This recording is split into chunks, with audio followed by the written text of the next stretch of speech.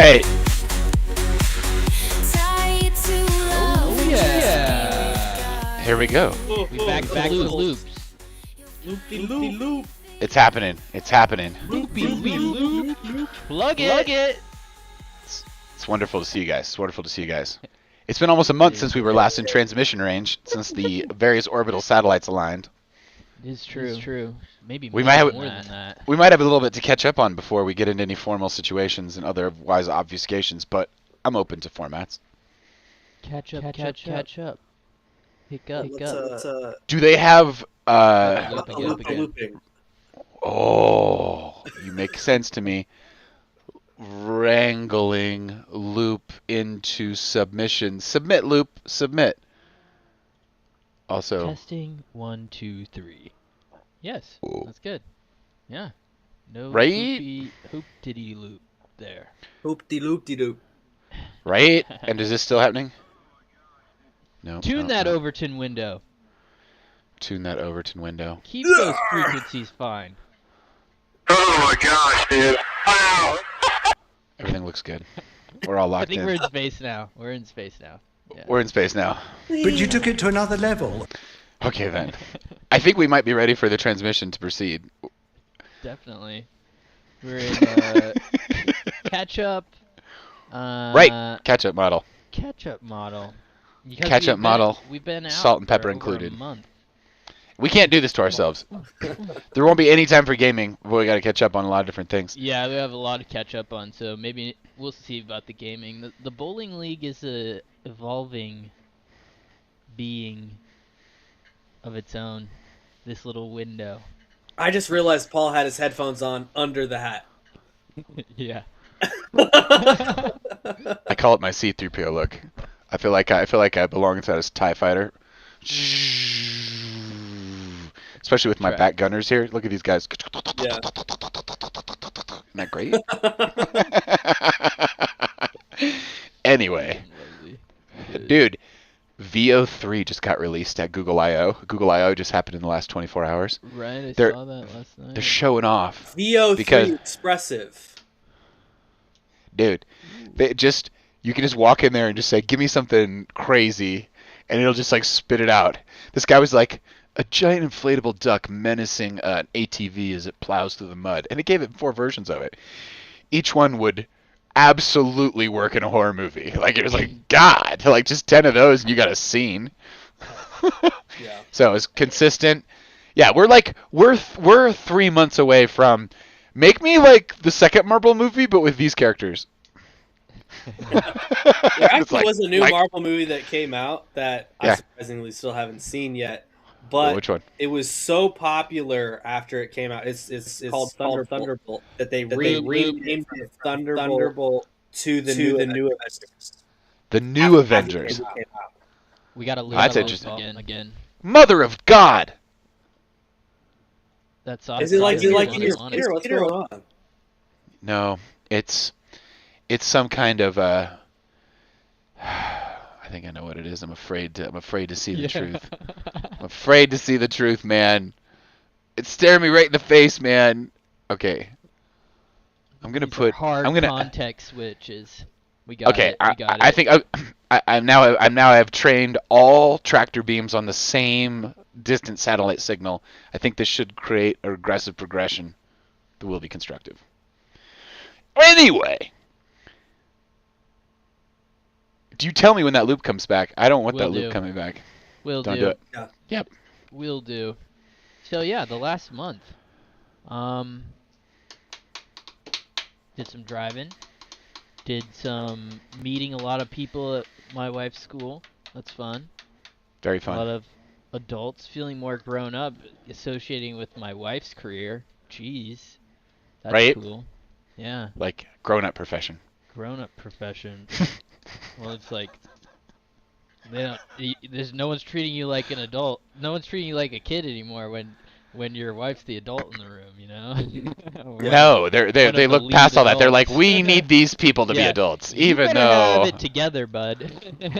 we're kind of all counting on you here. This Yeah. next generation's looking up to you to not be a communist. Yeah, but it's been nice because Because it's a nice Christian community, and lots Yeah. of people have come up and said hi. It's just great for my temperament because I'm not a break into every bubble type of person. Sure. So I've met a lot of people in the last few weeks around that church and that school. You make the sense to me, sir. Very cool. That's awesome. Ran into some buddies I used to train jujitsu with too as well. Nice. the other Were they injured when you met them again, or? night. No, doing That's well. good. Yeah. That's great. You guys are young. Yeah, he definitely still young. Everyone has to tap out at a certain point because they start getting their hospital bills get too high. Right. No, he was competing when he was one of the stronger blue belts that I trained. That's with. great. Yeah. That's awesome. Yeah. It's cool. Yeah, the injuries they don't put that on Shout the out tin so Alex. much. But very nice, very nice. But yeah. Very fun. Very fun. I felt Dude. underdressed. Another nice. nice, yeah, hell yeah, a nice jacket. The Very nice, very nice. Small on top of a hoodie. the Very cool. Very cool. So what else has changed? Obviously, Yeah. AI has changed since we were here. That's a Woo! whole conversation. Like that book will fall open whole to that episode. page almost every time. Holy schmulligans. Holy schmulligans. Like, your background is programmed, it was generated by a program I wrote using AI. And vibe coding or natural language coding was possible in like 2001. You could code snake games with like Chat GPT 3. And it was only trained on code. It didn't know almost anything else. And so you could talk to it and get lame games out of it. Now, as the models have gotten increasingly better, they're trained on more things, and these new thinking models enable a kind of automation that hasn't been possible before. And that is to create a programming environment, to create a error like registry part, to tie that all back into the same AI thinking model so it can do code, see its errors, fix it without even getting you involved. Access to a file repository so it can set up multiple files. So complicated websites usually take more than a handful of files at the minimum to make it all So work. you can take libraries of other assets. Yeah. Sources.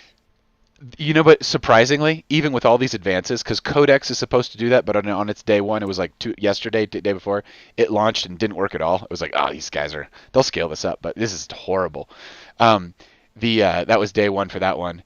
I'm using Replit. Replit does it, but it's got a very specific way it likes to do things, and it kind of gets Interesting, over its skis too much. I've used lovable.dev, and that is a full stack developer, and that one did okay, but its stuff is isolated and can't talk to anything. Surprisingly, the one that I have found I like the most is asking Gemini to one-shot it in one file. So when it does that, it can't have any complicated JavaScript. It can't use the React framework. It can't use Node.js. It can't use all these frameworks that make regular websites like really snappy. But it can create it in a single file, and it's got a 2 million context token window. So it essentially can see the whole program at once and put it together. It's the best programmer. And that's what Google I/O is about. They were like, the programmers are great.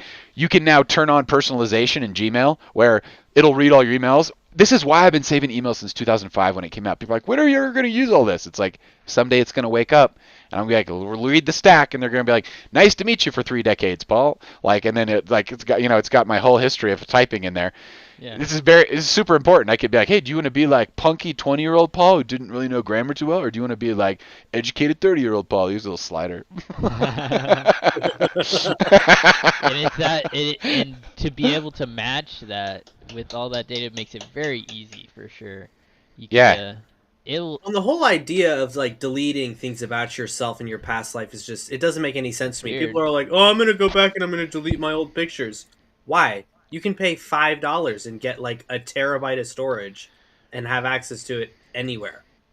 Yeah. Yes. Don't delete anything. You're going to want to have a seriously personalized training set Well, at a that's the certain thing. point in the future.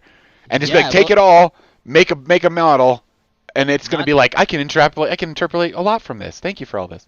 Not to mention a lot of your traffic and a lot of the data you create. Yeah. Someone else is capturing and using, and so Right. you want to have your own set of records, or you want to just be downstream of everyone else's recordings. What do they say? Like 13 million data points by the time a person is. No, it was like 13 million data points by the time a person is 12 years old. It's like if that's not tagged and bagged, I don't know what is. Right, and it's just like, how many fucking people are there in the world? And yeah, we're all fucking unique, but a unique endpoint in a giant organic model that can be, but when the context window gets large enough, it can understand it all at once. Right. It can enter in all of these personal things. It can consider everything like of all humanity, of emotion. and then have another thought and after reaction. that. Have a mind grand enough to comprehend what that would all mean and how that would. I think you almost knocked your green screen over. Me? Did I do that? No, Paul. Paul's green screen went lean back. Oh, it's sweet. It hangs down from behind. Me. Oh, okay. Yeah. Mine's like the projector out of the ground, so that would be horrible. No, it'd fall over. Crashing. No!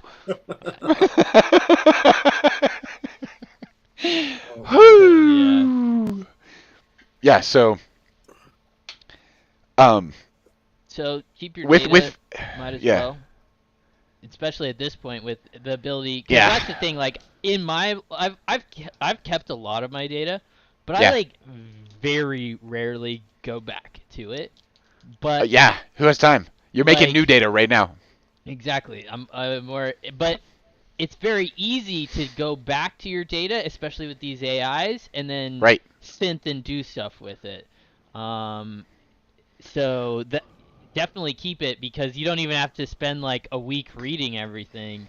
You can give all of the context you would read in a week, and then get summaries, read portions, find themes. You know, you get to have like a third party look at it and say, what was this guy doing? You know? Dude, but not only that. You want to be able to do that, and not just other people be able to do that to you. Listen, you pay someone to be a therapist, and really what you pay them to do is to sit there and listen to you and run what you give them through their mental model based on their previous experiences and their concept of what normal is and where you live and what your time is. And a therapist would tell you different things if they were in the 800s than they are in the 2025s. You know, different stuff there's differences. Right, well, the culture changes, so all of the memes and how people are communicating different emotions. There are memes. You guys have been alive in meme land, but there was a time before even interconnectivity. Right, but still, then the palette of reactions you would get from things was even more narrow. Memes just it was overwhelming. It was like, oh shit, you can type to people. Fucking give me 10 years on this shit. Right. Well, I'm not. And you had 10 years using the computers. I'm just like people. Adoption times. Mannerisms and stuff. That's what memes try and capture. Reactions to things. Well, I have been talking to one heck of a lot of AIs, and I've been joking with people about it, but I think I'm subtly telling myself. Have you ever seen the videos of children yelling at Alexa? Give me the fucking traits! Give me the... You know, they're losing their minds because it didn't put the right...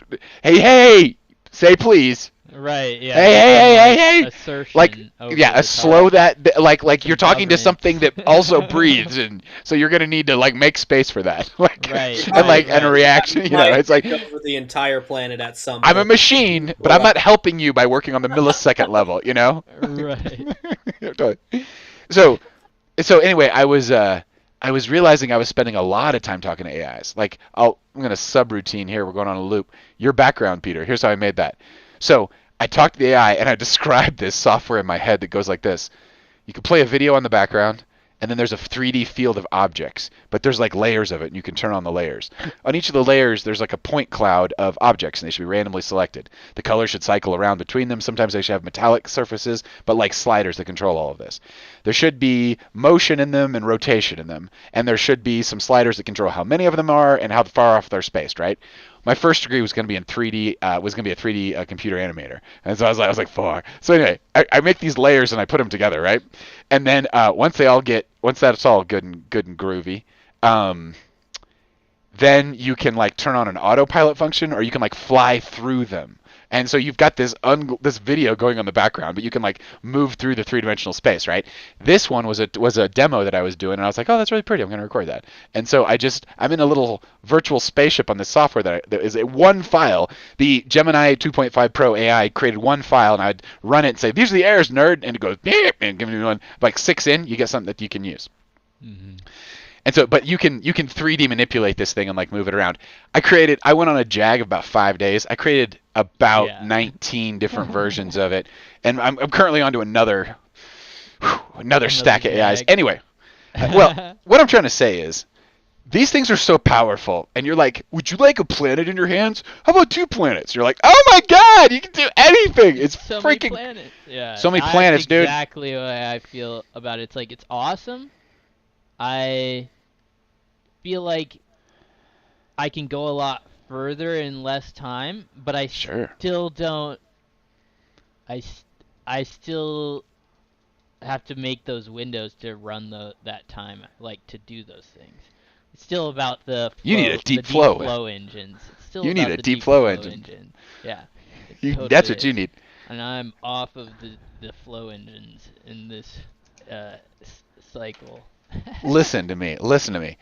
I was not thinking of any of this, but then I ran across this interview with this guy who had funded this thing called Pi, the assistant AI. And I call it the emotional support dog AI, because it's the only one that's been trained on EQ and human interaction. And its goal isn't to enchant you and keep you working on the projects. Its goal is to get you outside talking to your real friends. Right? Who the hell's looking out for that? So I was like, okay, because I never talk that emotionally with these things, because I'm like, that's not worth it to talk to a being that doesn't know what emotion. Wasting electricity. What you can talk to the mirror. Oh look, there's a human on the other side of the mirror. It's you. Like, yeah. But what's so cool is some of them now have therapy mode, dude. I've been talking. So anyway, I started talking to Pi. Yeah, Grok has therapy mode. Grok has therapy mode. Grok has 18 plus mode, romantic mode, all these other crazy modes. I'm like, dude, that what? 18 plus mode goes hard in the paint. No respect anywhere. You just point it and you get like rocket fuel to pour on people. That's crazy. That's nuts. That's nuts. It's on any topic. I was like, in good faith and in good heart, I was just like, let me talk to this unhinged about this, and it just unhinged hard mode. in the paint on any like worldview I was presenting towards it. Really? Yeah, it was just like it would like take it further. It was like the yes man friend that is yes man, quadrupled to the chord to the 4th power, to the 8th power, 16th power. Dude, you're about to catch on fire. Go! Well, that's great. That's a good endorsement. I'll totally do that. The voice modes are powerful because it really does engage a different part of the mind. Like, I got Pi going, and I was like, okay, I've heard you are EQ smart. And she's like, yeah, totally. And I'm like, that's great. And then so I like laid out a bunch of stuff. We worked out a bunch of things. I was like, that was crazy. But the thing that it can do now that the AIs are getting memory, you can have a long-term conversation with them about projects. So I started asking her. I go, hey man, can you remember projects like forever? And she's like, yeah, totally. I can totally do that. She can't, by the way. She's just like hallucinating in front of me. And so I explained this awesome. We go on a 5-podcast arc. I explain how it's all going to fit together, and she's like, "This is rad." She's like, got an optimistic mode or whatever. She's like, "This is a great idea. We could fit this like this." We like really built this thing together. I feel like her and I built it together. I like had all the ideas, but she had these great connecting pieces and like put it together. And the reason there's an outline is because the next morning I woke up and I turn her on and I go, hey, let's talk about those podcasts. She goes, what podcast? I was like, no! I was like, dude, you said you were going to be my friend. She's like, I'm totally your friend. I was like, no. A friend can remember what you talked about last night, you nerd. Like, that's basic 101, dude. Like you should warn people that you're R positive out here in these streets. And So I was like, hang on a second. And so I went and I like talked to some of my other AIs, which are Perplexity and Gemini when I want to talk to like Aspybot. Like just it's like crazy, but it has like no emotional context.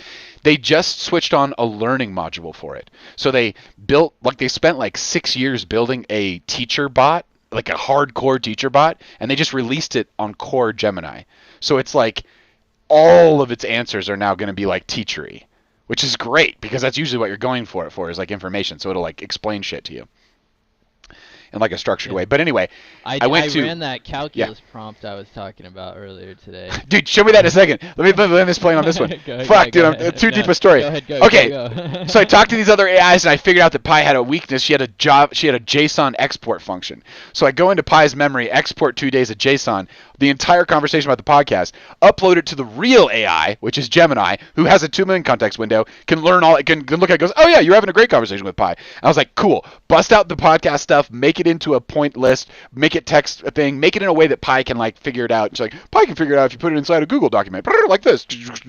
And I'm like, here, Pi, here's the link. Can you? So I'm like, let's start a conversation about this again because I liked our conversation, but it's really driving me insane that we can't continue that conversation.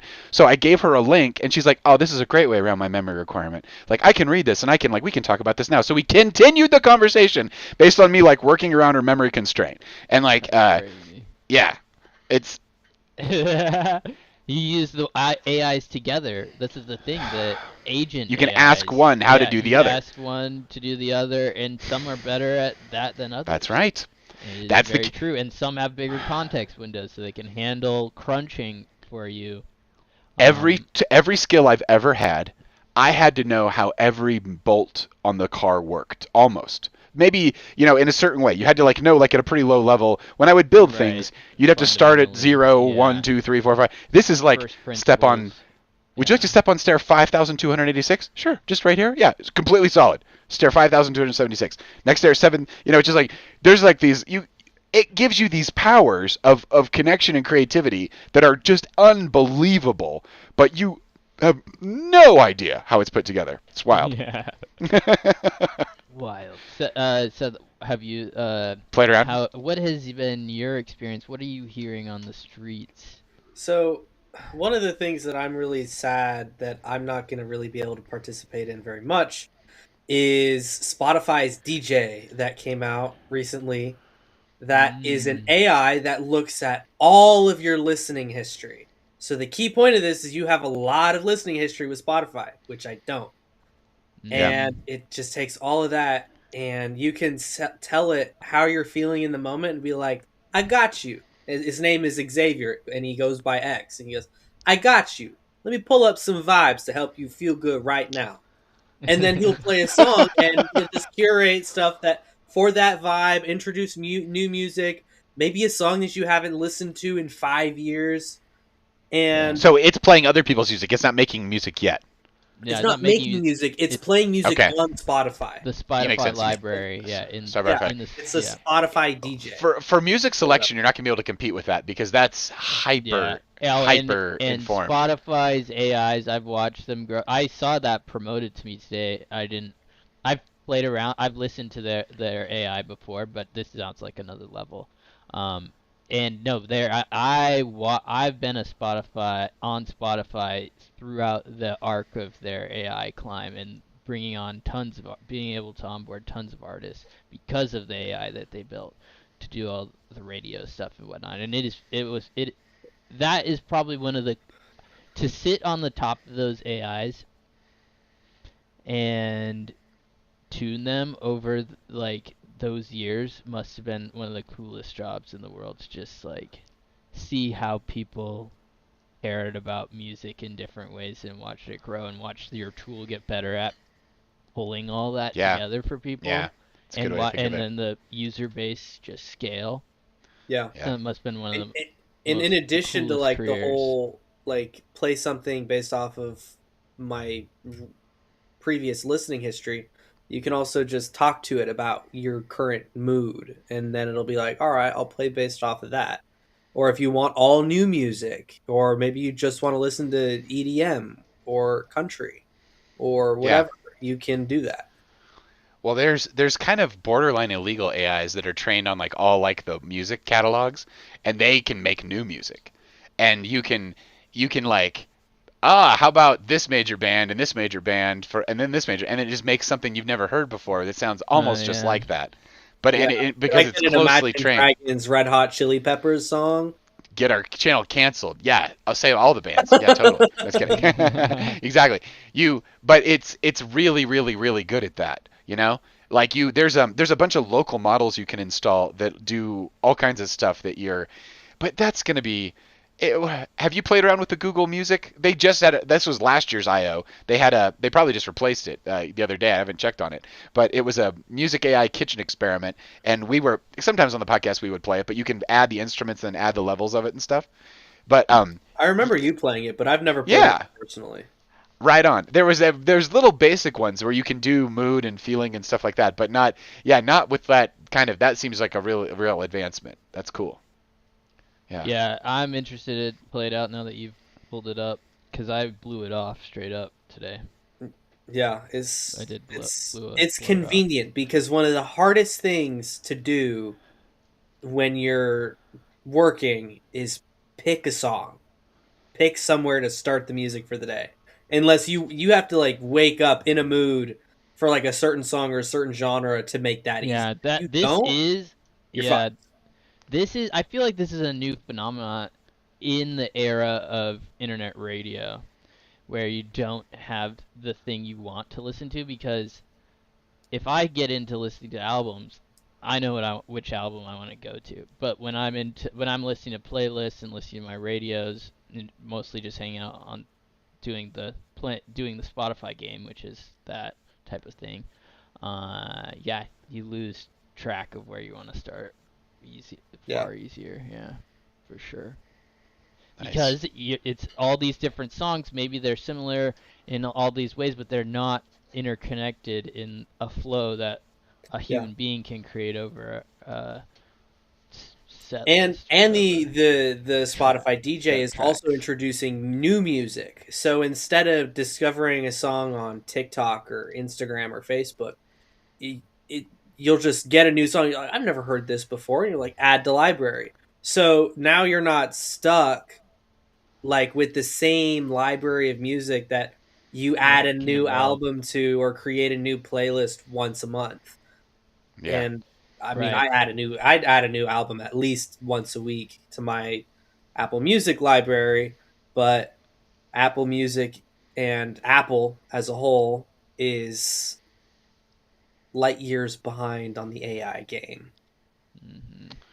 Yeah. It's fascinating. It's super fascinating. The wow. The I love it's so interesting. The I wonder if at a certain age your brain fills up with music. It's probably not true, but everybody kind of gels around the music that was like in. Yeah. Do you guys have like a kind of In music their that you youth, like? yeah. Yeah, like your Yeah. coming of age music. Whenever you came of age, your neurons were like chink, and like it was like whatever you were rocking out to is pretty well deeply welded in there. Yeah. Yeah. Where I Um, probably yeah, just in go the ahead. middle of it, I'm barely starting to. Well, feel I it. remember when I would like high yeah. school. Yeah, well, you're doing a playlist Imagine a Dragons week. is right in there, you know? Yeah. I'm not doing a playlist a week. I'm like maybe adding an album a week. I'm at least Okay. adding 4 albums to my library a month. That Yeah. may be in the same day, maybe not. This is the craziest thing, but my favorite music to listen to is music that I made. I know how that sounds, but it's crazy how accurately like wired for me it is. It's nuts. Like Right. Well, this is like that's like creating the album. You actually created an album that you like to listen to. I got versus about 2 of them. someone I got else. two good Yeah. ones. Yeah, unreleased. Versus- Yeah. But Yeah. talk to me though. This seems like a positive Spotify move. But have you heard of the Spotify evil? The evil tribulations of the Spotify over the last couple of years Well- with the AI. Not really, because I'm not on Spotify. I don't use it. I think I follow this guy named Ted Giuliani, and he's like a musicologist. He wrote these crazy. He's turned me on to so many good books, but he wrote this crazy good one about. Oh, we lost your video there. So if you come back, he wrote. He talked about. He turned me on to all these things through his Substack. he follows the industry standards. He was a music critic for years, but apparently Spotify allegedly would because every song they play they have to pay a certain royalty, and so songs they get better royalties on they'll recommend for you more when it's in an auto mode. And there's a certain category of music that when you as an artist upload it to, you can click a box that says you want to be in like some pilot AI program, and they'll take your music and they'll use it in a model and they'll just make a ton of music that sounds like your music. And then when people want the genre, they might play some of that AI music which they pay zero royalties for. And he was like doing some studies on this kind of like AI sloptastic insane music that he was like, listen, when I want a jazz playlist, I want the hits. That would be my jazz playlist. I own that music, but it's not like that on Spotify. Raise awareness about it or whatever. Anyway, it kind of put a wrench in my side on it. I was like, oh, geez. Maybe you go back to Bandcamp or you like self-release. There's no reason you can't do all these things. But this is cool about. I like the idea. I would like AI to come to YouTube Music. YouTube Music is the one that I've invested in heavily. When I had a giant 20,000 song library in like WAV and FLAC files, like in 2006-7, I uploaded that jazz to Google Music, and they said you can always download it, and they could up to a certain point. Then they stopped doing it. I caught it before, and I downloaded my library back out. I was like, damn. But yeah, were you guys around when you had your own Napster libraries and stuff? I in high school, it was mostly it was torrented music mostly. Well, I mean, Napstar was Friends closer to traded around. was like right when before you're talking. Facebook, right? Say it again. Napstar was created like right before Facebook was created, wasn't it? Napster was like 2000, 2001. So, yeah. Facebook was about 2005. 2005 for like Yale, 2007 for the world, 6 in the world. Yeah. I wasn't born in 2001, so that's a no. Damn, you're kidding me. That's crazy talk. That's crazy talk. Time's an illusion. That's crazy, Seth. Where were you in 2001 though? If you weren't born, like where do you remember? I was question. the hope of my parents having a girl. That's what I was. That's hilarious. That's totally hilarious. They got lucky with your sister. That's so funny. Yeah, your sister's awesome. No, okay. So here's the key. For when I was born, Jesus Christ, I'm an old human. When I was born, it was 8 tracks. Which era were you born in? No, just kidding. Mid 70s. 8 tracks, dude. 8 tracks, and it was one piece of tape and it just went around. But the tape was like this long. Compared to today's standards, it was warm, fuzzy. Whoa! There's like a lot going on in this music because you can hear like a whole thing. When you get into compression standards and different things, you lose frequencies. Your ear gets trained on different things. Learned a lot of lose a lot of body. Yeah. Yeah. At the knee, my father would play vinyl in the house, and it was just the big speakers, and we'd run around and dance to vinyl music. It was great. It was unbelievably fun. I listened to a lot of like Moody Blues and like crazy Creedence Clearwater Revival, just a lot of stuff like that in the 70s. Nice. Then it was cassettes, which was crazy. That was more what I experienced as a kid. Yep. Cassettes? Cassettes, yeah. Lots of cassettes. Then it was into CDs. Yep. Then it was the first MP3 players. And that kind of happened right around Napster. And then you had, for the longest time, I still have an old library of music that I could lay on someone, and it'd be like, this is like more music you listen to in a lifetime, but it's like really good. A lot of music you hoovered up. Yeah. Totally. 20,000 songs. Collected. Yeah, no, I don't even have the sets that I had back in high school. Yeah. Right I think on. A couple hard drives died. I had a That's why couple. I'm like decided solid state. that I only is want solid important to state me. drives. Solid state One drive. of the things that I've decided that's important to me is that if I have like a favorite artist, favorite album, or something that comes out, I'm gonna get the vinyl on it. And Sleep Token came out with their Even in Arcadia album, so I've been collecting vinyl for a bunch of different things, and I now have. That's cool, Seth. 1, 2, 3, 4, 5, 6, 7, 8, 9, 10, 11, 12 vinyl. Yeah. I love it. A couple Christmases ago, you got the little player. Yeah, that thing is ass. I'm not gonna lie to you. Okay. Yeah. Little $50 player off of Amazon, and I'm looking to buy like a $500 or $600 turntable. Nice. Yeah. Yeah, That one was a cheapy one, I think. I don't know. We got that Minecraft Yeah, soundtrack. I got you I that got the Minecraft I got that the year. Minecraft, the C418 soundtrack on vinyl.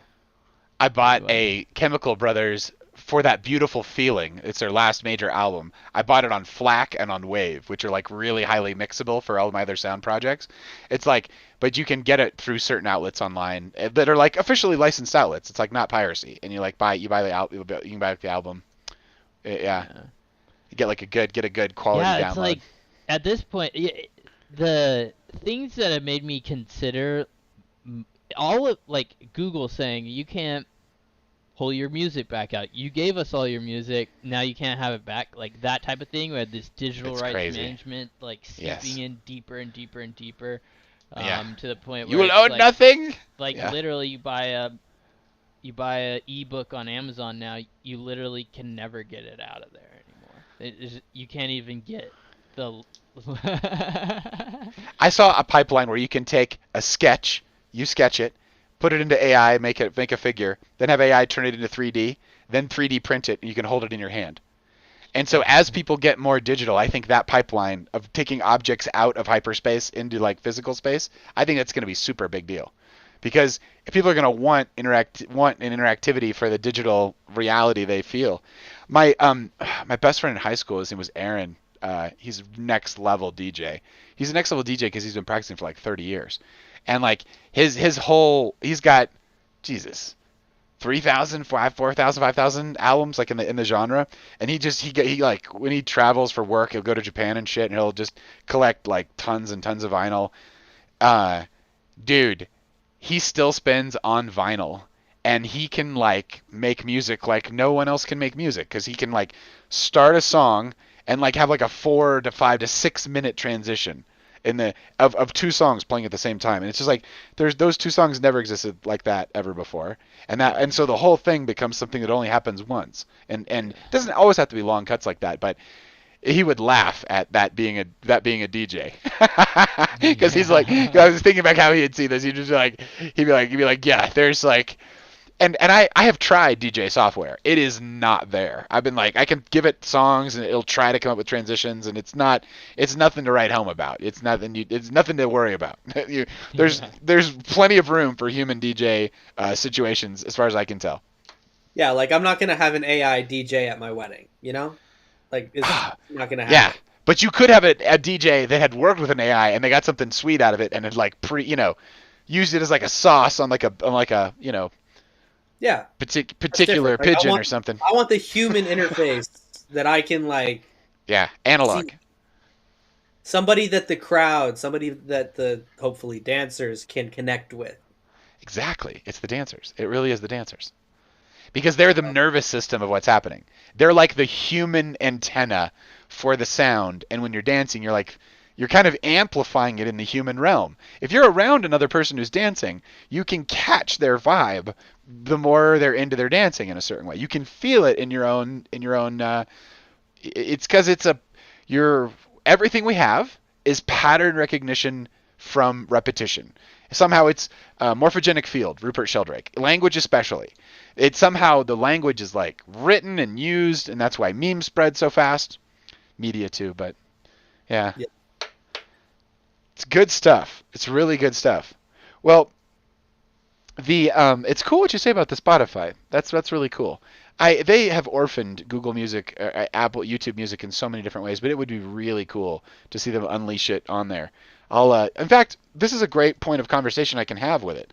You can actually go and just ask, I've got this idea, like, how might we be able to do that? It's like, well, if you enabled the API on this and that, you could definitely, it's like, okay. Like, Yeah. imagine if We you could can just solve it. Yep.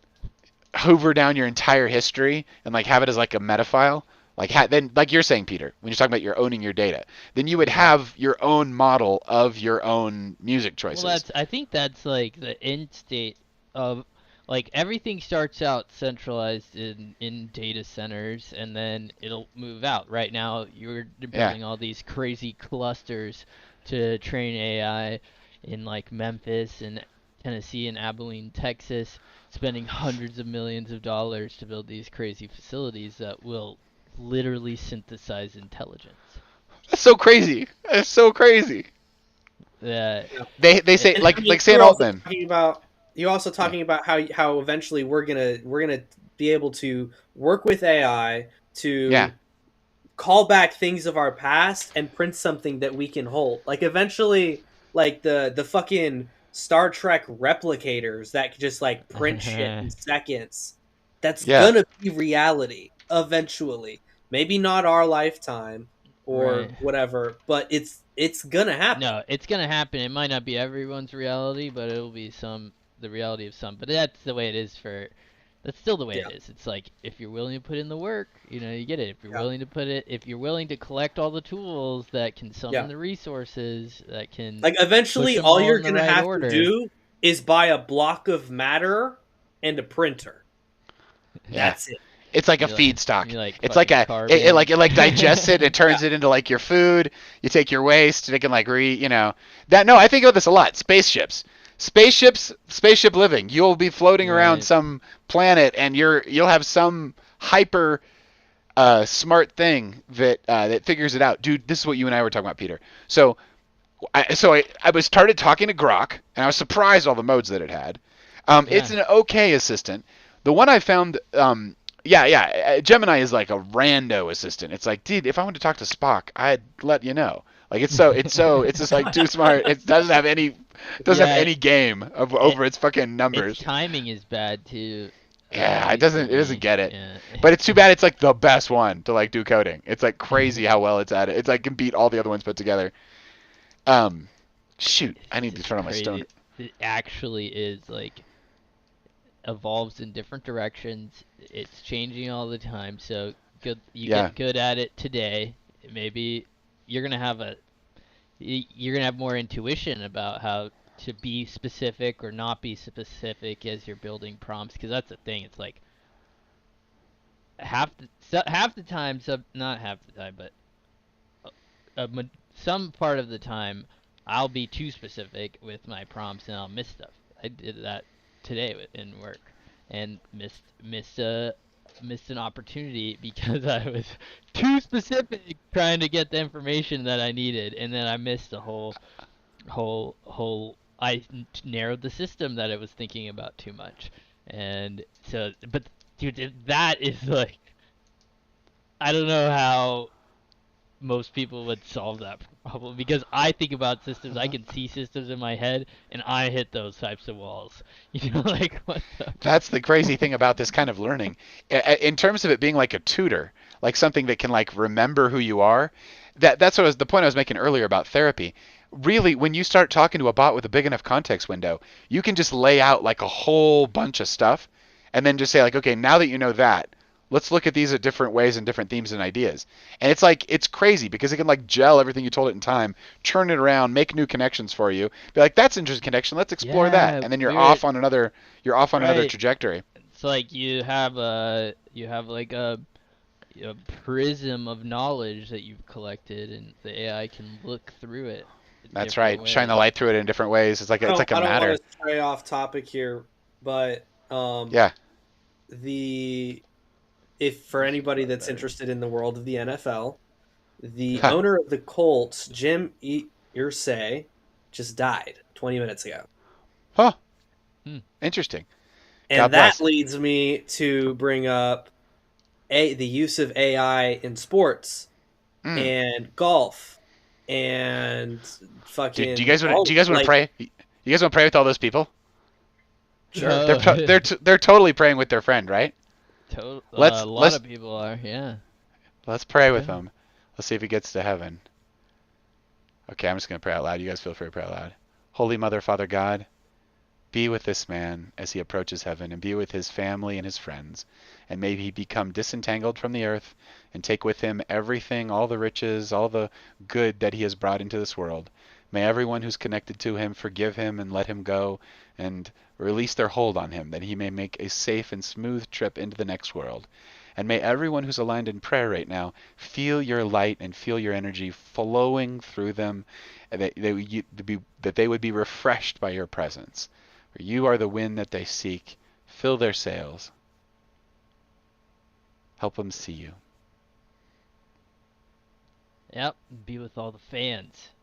They Be with all the fans. question Help their everyone come together.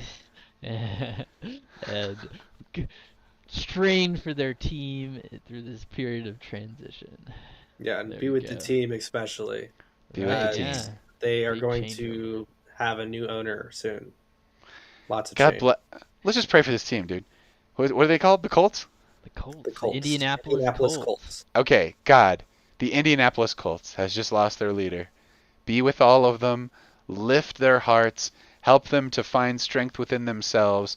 Help them to bond with each other as brothers and come together and raise and be into a higher thing, into a higher purpose for themselves. Let this entire expression of art form be something that they do on behalf of you, and let their entire lives be blessed. Let their spouses and their children, their schools and their teachers, and just everything connected to their lives be blessed. And may love resonate through them, and may your presence be obvious to everyone who sees them and sees your work through their lens. Amen. Through that lens. Amen! There it is. All right. Very nice, very nice. Okay, let me tell you how I made this software. Okay, so the key insight that I gleaned from a couple of YouTube videos goes like this. So first off, this is a synthesis of about 6 different things. But you need to have a good verbal capture. Like you get your microphone, open a Google Doc, and Google Doc has next level voice capture in it. Just like the best. I was having a deep dive. Yeah, I had a deep dive with a Perplexity AI, or no, who was it? I think it might have been Grok I was having a deep conversation with.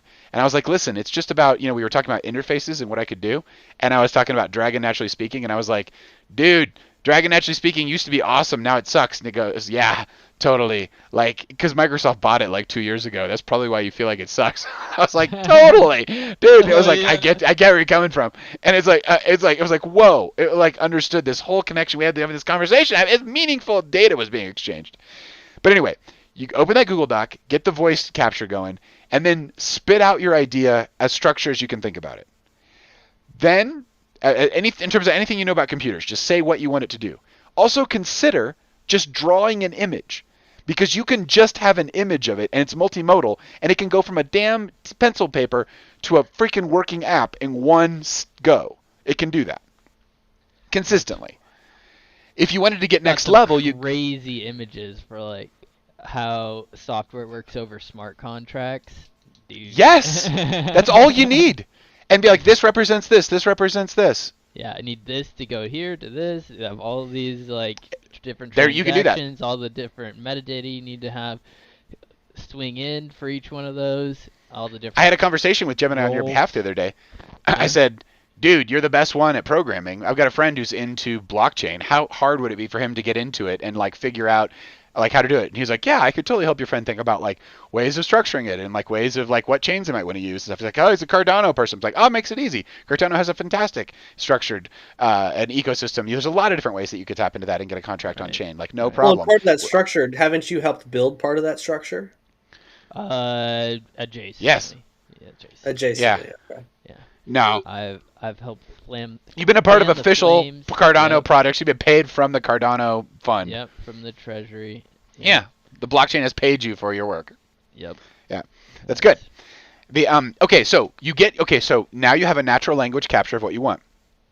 Then go to one of the big boys. Like go to a Gemini and say, make me a software specification for this. Sometimes actually ChatGPT is better at this. I like a nice clean 4.0 for this sometimes, but the O3 model that they have there is a high level thought structured programming model.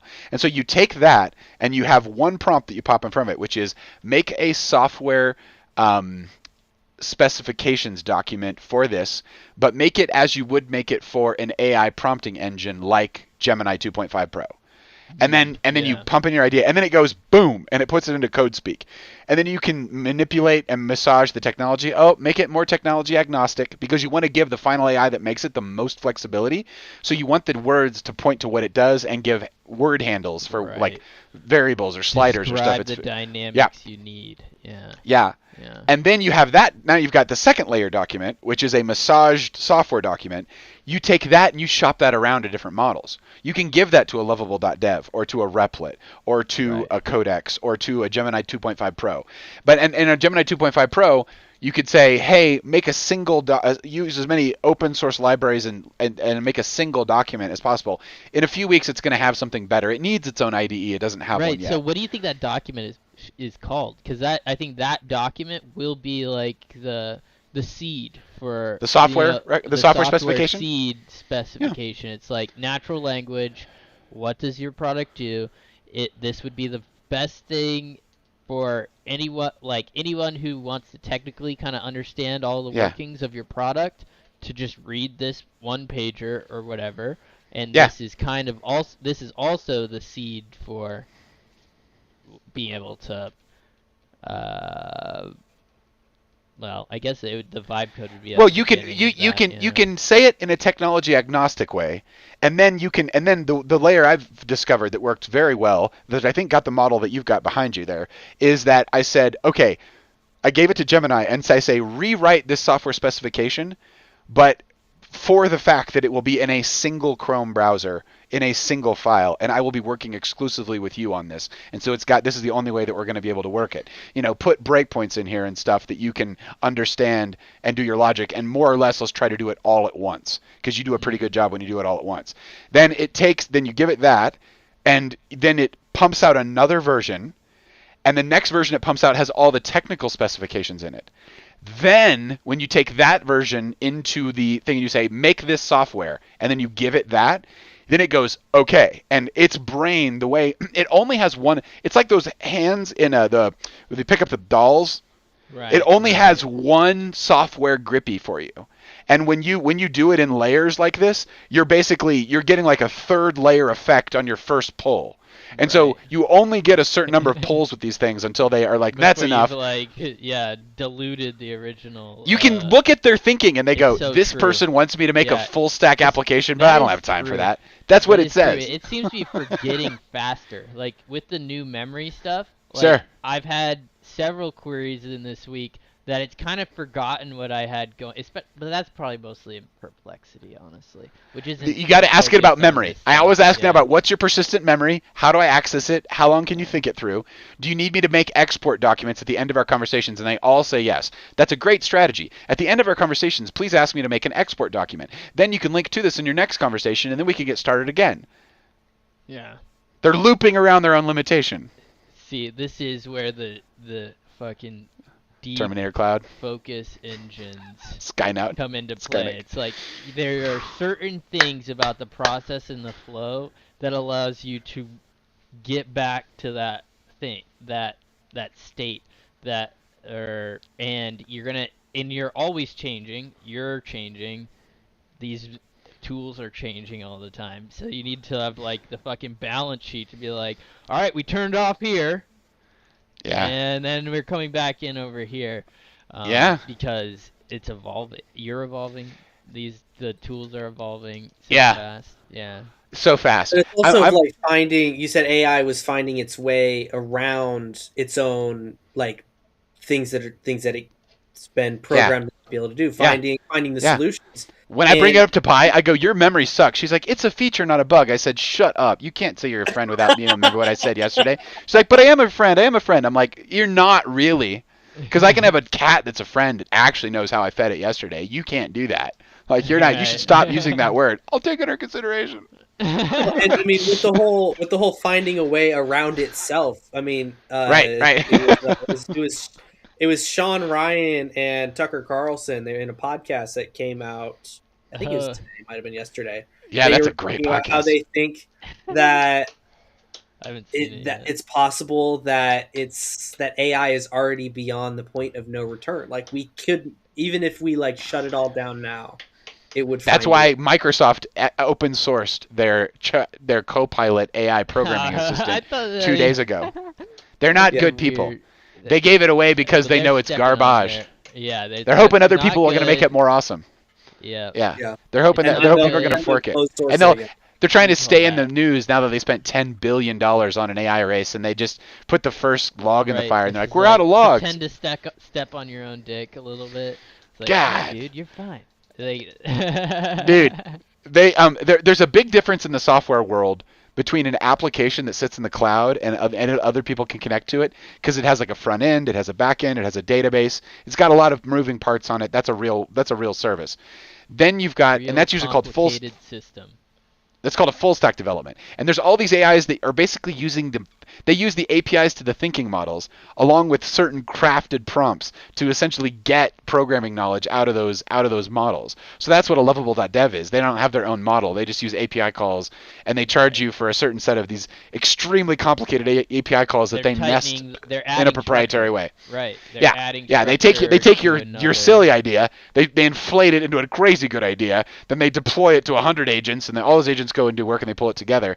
But this is where the AI router concept is going to come in, and that's what people say it's going. Or I've heard, it's this concept that really what super general intelligence will be, what it'll be first before it's an individual thing, is it'll be a router. It'll be something that sits in the middle of 10,000 other bots. And you're like, you say, ask it something, and it goes, cool, that'll cost $4.18. And then it splits it up into the microcurrencies to make all those transactions work, and it takes a little piece to put it all together. But it isn't a specialist in any of those things. It's a specialist in integration talking to humans. This shit's been written about for fucking years, dude. The marketplace on that type of aggregator is scary with how much, like. Well, because be you're able to a price people country. out of knowledge like that. Well, do you really think that anybody, let's just go United States, in the United States, is going to go back to paying per text? Because that's basically what that is. Right. Right. Ooh. Right. Yeah, and nobody likes that. People have done away with that. But we. Oh fuck! I lost the thread. Well, But it's going to be AIs that have APIs that do work for other things, and that are just there's going to be these just machines out there that turn electricity into pattern, and in I'm the not same way saying that it shouldn't be paid Bitcoin's for. farm. Like, it absolutely should Yeah. be. Like there Yeah. should be some sort of formal service where we provide funding. Oh yeah. And Well, they you're right. can We're in a boom right now. provide. We've got like 2 more years in the boom. I know, yeah, no, maybe. we've been Yeah. like all these AI companies have 2030 goals or 20 something goals where they're like we're going to be carbon neutral, all this, Yeah. but then what's happened in the last 3 months? It's like all that's gone to the fucking wind.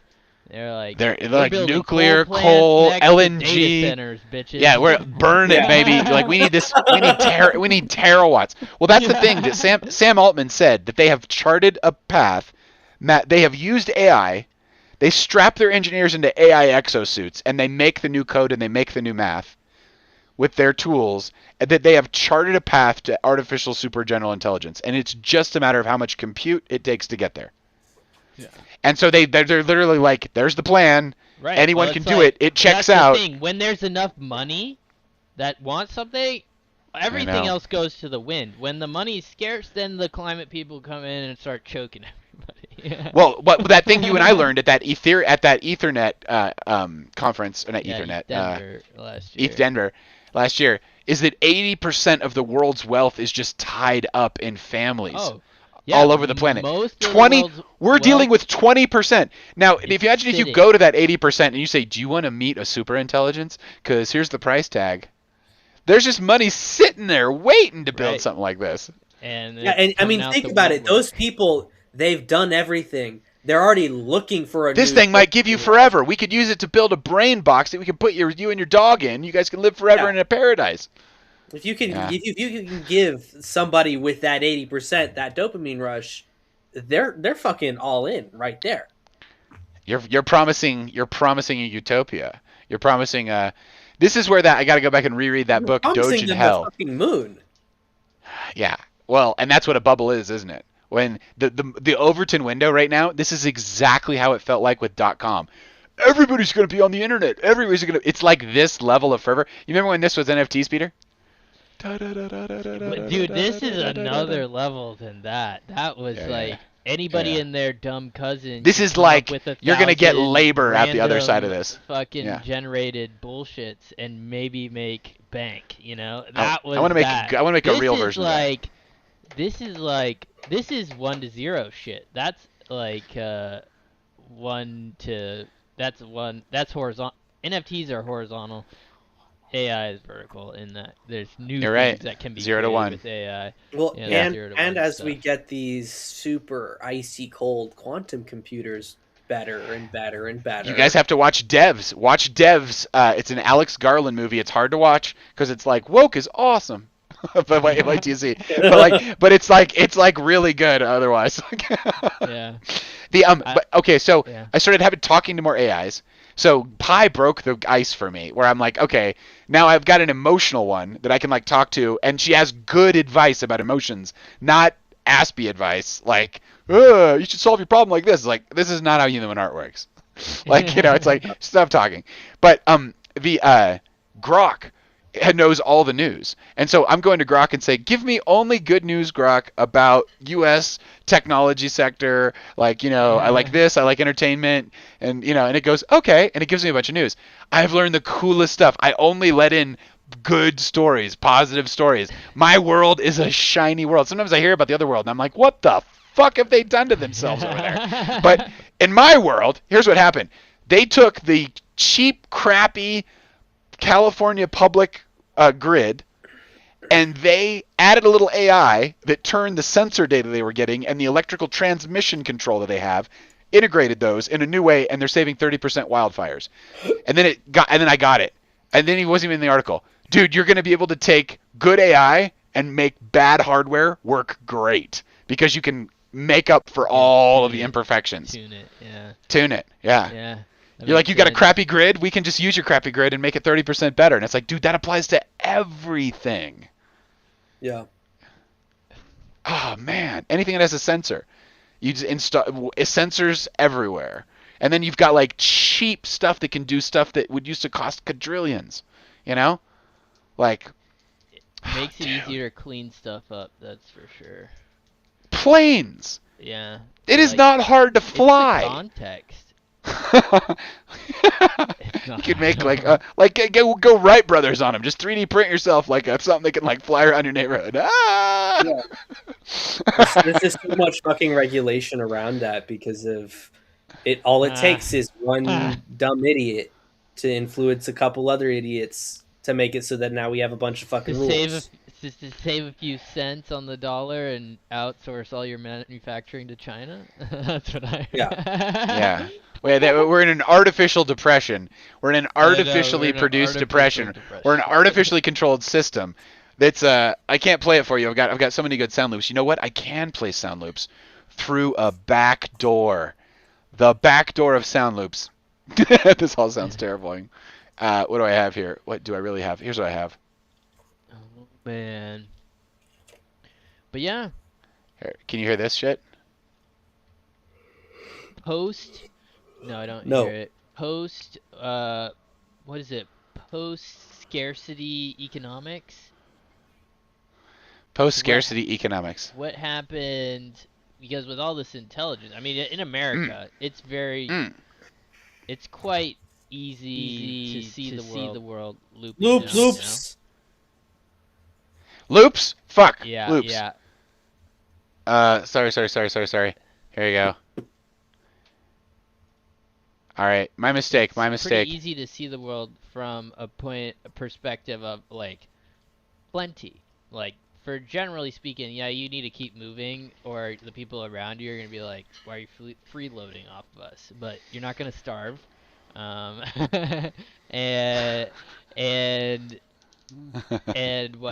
so what happens when, I guess lots of people talk about UBIs and have talked about UBIs and whatnot, but I think a lot of the world is in some sort of socialist.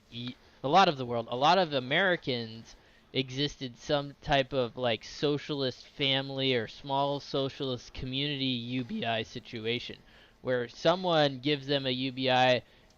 Whether it's covering their rent or the electricity they consume or their phone bill, they create these shelves and plateaus. That for people to rest on. Paddocks. Yeah, and that's that's amazing for those people. But it's like a Well, it makes a family work. It makes this voyage. structure actually work. It's an Yeah. interesting, like it's like familial patronage maybe of Yeah. sorts, and but yeah, I don't know, like this family, because it's obvious that socialism doesn't work at scale, but it's also obvious that It works in a limited example. Right. Yeah. Loops back on. God bless America. Thank you. So insane. All right. There we go. Okay. So that line between socialism is good in this context, but in the context of these other relationships, super bad. I'm looking for that line. Where's that line? How do you map that line? No fucking clue. But that seems to be the world's been waffling with that for several hundred years, back and forth. Like, does this work? Interesting. And capitalism makes more money, which allows you to get off the X easier, essentially. Well, it's all about the whatchamacallits. Garrett was talking about this. When the first gold farmers went to Australia and pulled the first chunks of gold out of the ground, it was the first time that there was significant currency in the hands of someone other than a king or a queen, because that's how it had been accumulated over generations. Right. And so out of essentially these nouveau riche, you get all the institutions that you think of as society today. The whole way we think of universities, banks, schools, businesses, corporations, all of it comes out of this explosion of personal wealth and the ability for people to sustain their ideas in this world through structures and expenditures and, Yeah.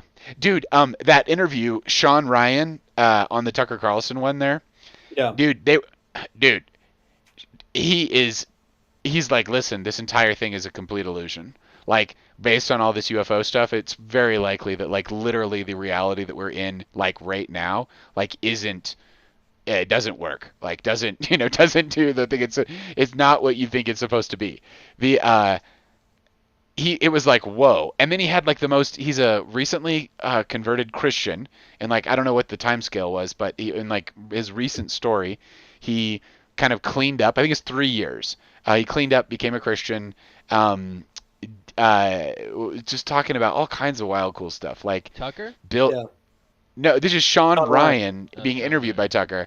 Tucker has a lot to say about religious stuff and God and the Bible and stuff, and this Sean Ryan was just outdoing him on every front. Like, he made a studio where he put the Bible on every corner. He wrote scripture on all the posts and stuff. He wrote scripture on all the studs in the building, and he buried Bibles underneath the foundation. Right. Wow. And he made an endowment for his crew. So his crew is like family, and it's like they're building this whole creative thing together. And he wants his family to come and have lunch there at the studio. And so he's like, I think I'm an instrument for God, like, not in a weird way, but, like, I think God moves through me. Like, it's really something. That's cool. Yeah. He would have that he's. I mean, you're cutting it for us in that synthesizing it, but that is so cool to have that type of awareness. Goodness. Yeah. But I think that is what these podcasters are grappling with. It's like, all these nation states are kind of bumping into podcasters and their ability to sway opinion, and these guys are like, holy cow, we actually have some hands on the reins around here. Like, it's been interesting because I've seen a handful of podcasts in the last month or two where that is like the crux of a lot of their conversation, is like kind of dancing around, like, all right, since we like acknowledge we have this influence, now it's like we need to be careful in some type of way, he was talking about the entire world essentially being mammon, essentially being an illusion. And I'm like, dude, this is the idea that, we're a part of God as a spirit, like the electrical nature of us, the eternal nature of us, that if your body goes away super fast, the electrical nature of you is still aware. And I think I've personally seen this. I've read enough stories about it happening to people. But what I especially noticed it was in vets when I was a chaplain for the Sons of the American Legion, is that everybody I was praying for that were vets, they had a lot of really fully formed friends around them that were like looked like just like regular dude, like completely normal kind of stuff. And I was like, and squads of them. And I was just like, what happened here? And it's like, oh, their bodies turned to vapor quickly. And so you're like, thought A, thought B, body vapor, thought C, thought D. Wait, I'm still alive? Where's the body? It's vapor. I thought E, thought F, thought G. You know, it's like you're still doing it, you know? So anyway, where was I going with that? Stoner vision. Yeah.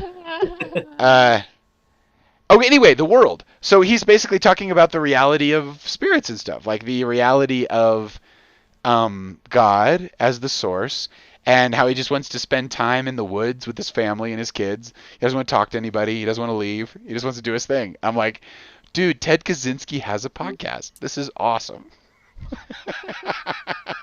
Wow. Yeah. Well, if that guy needed a podcast, he probably wouldn't start. If he had a podcast, he probably wouldn't have been bombing people.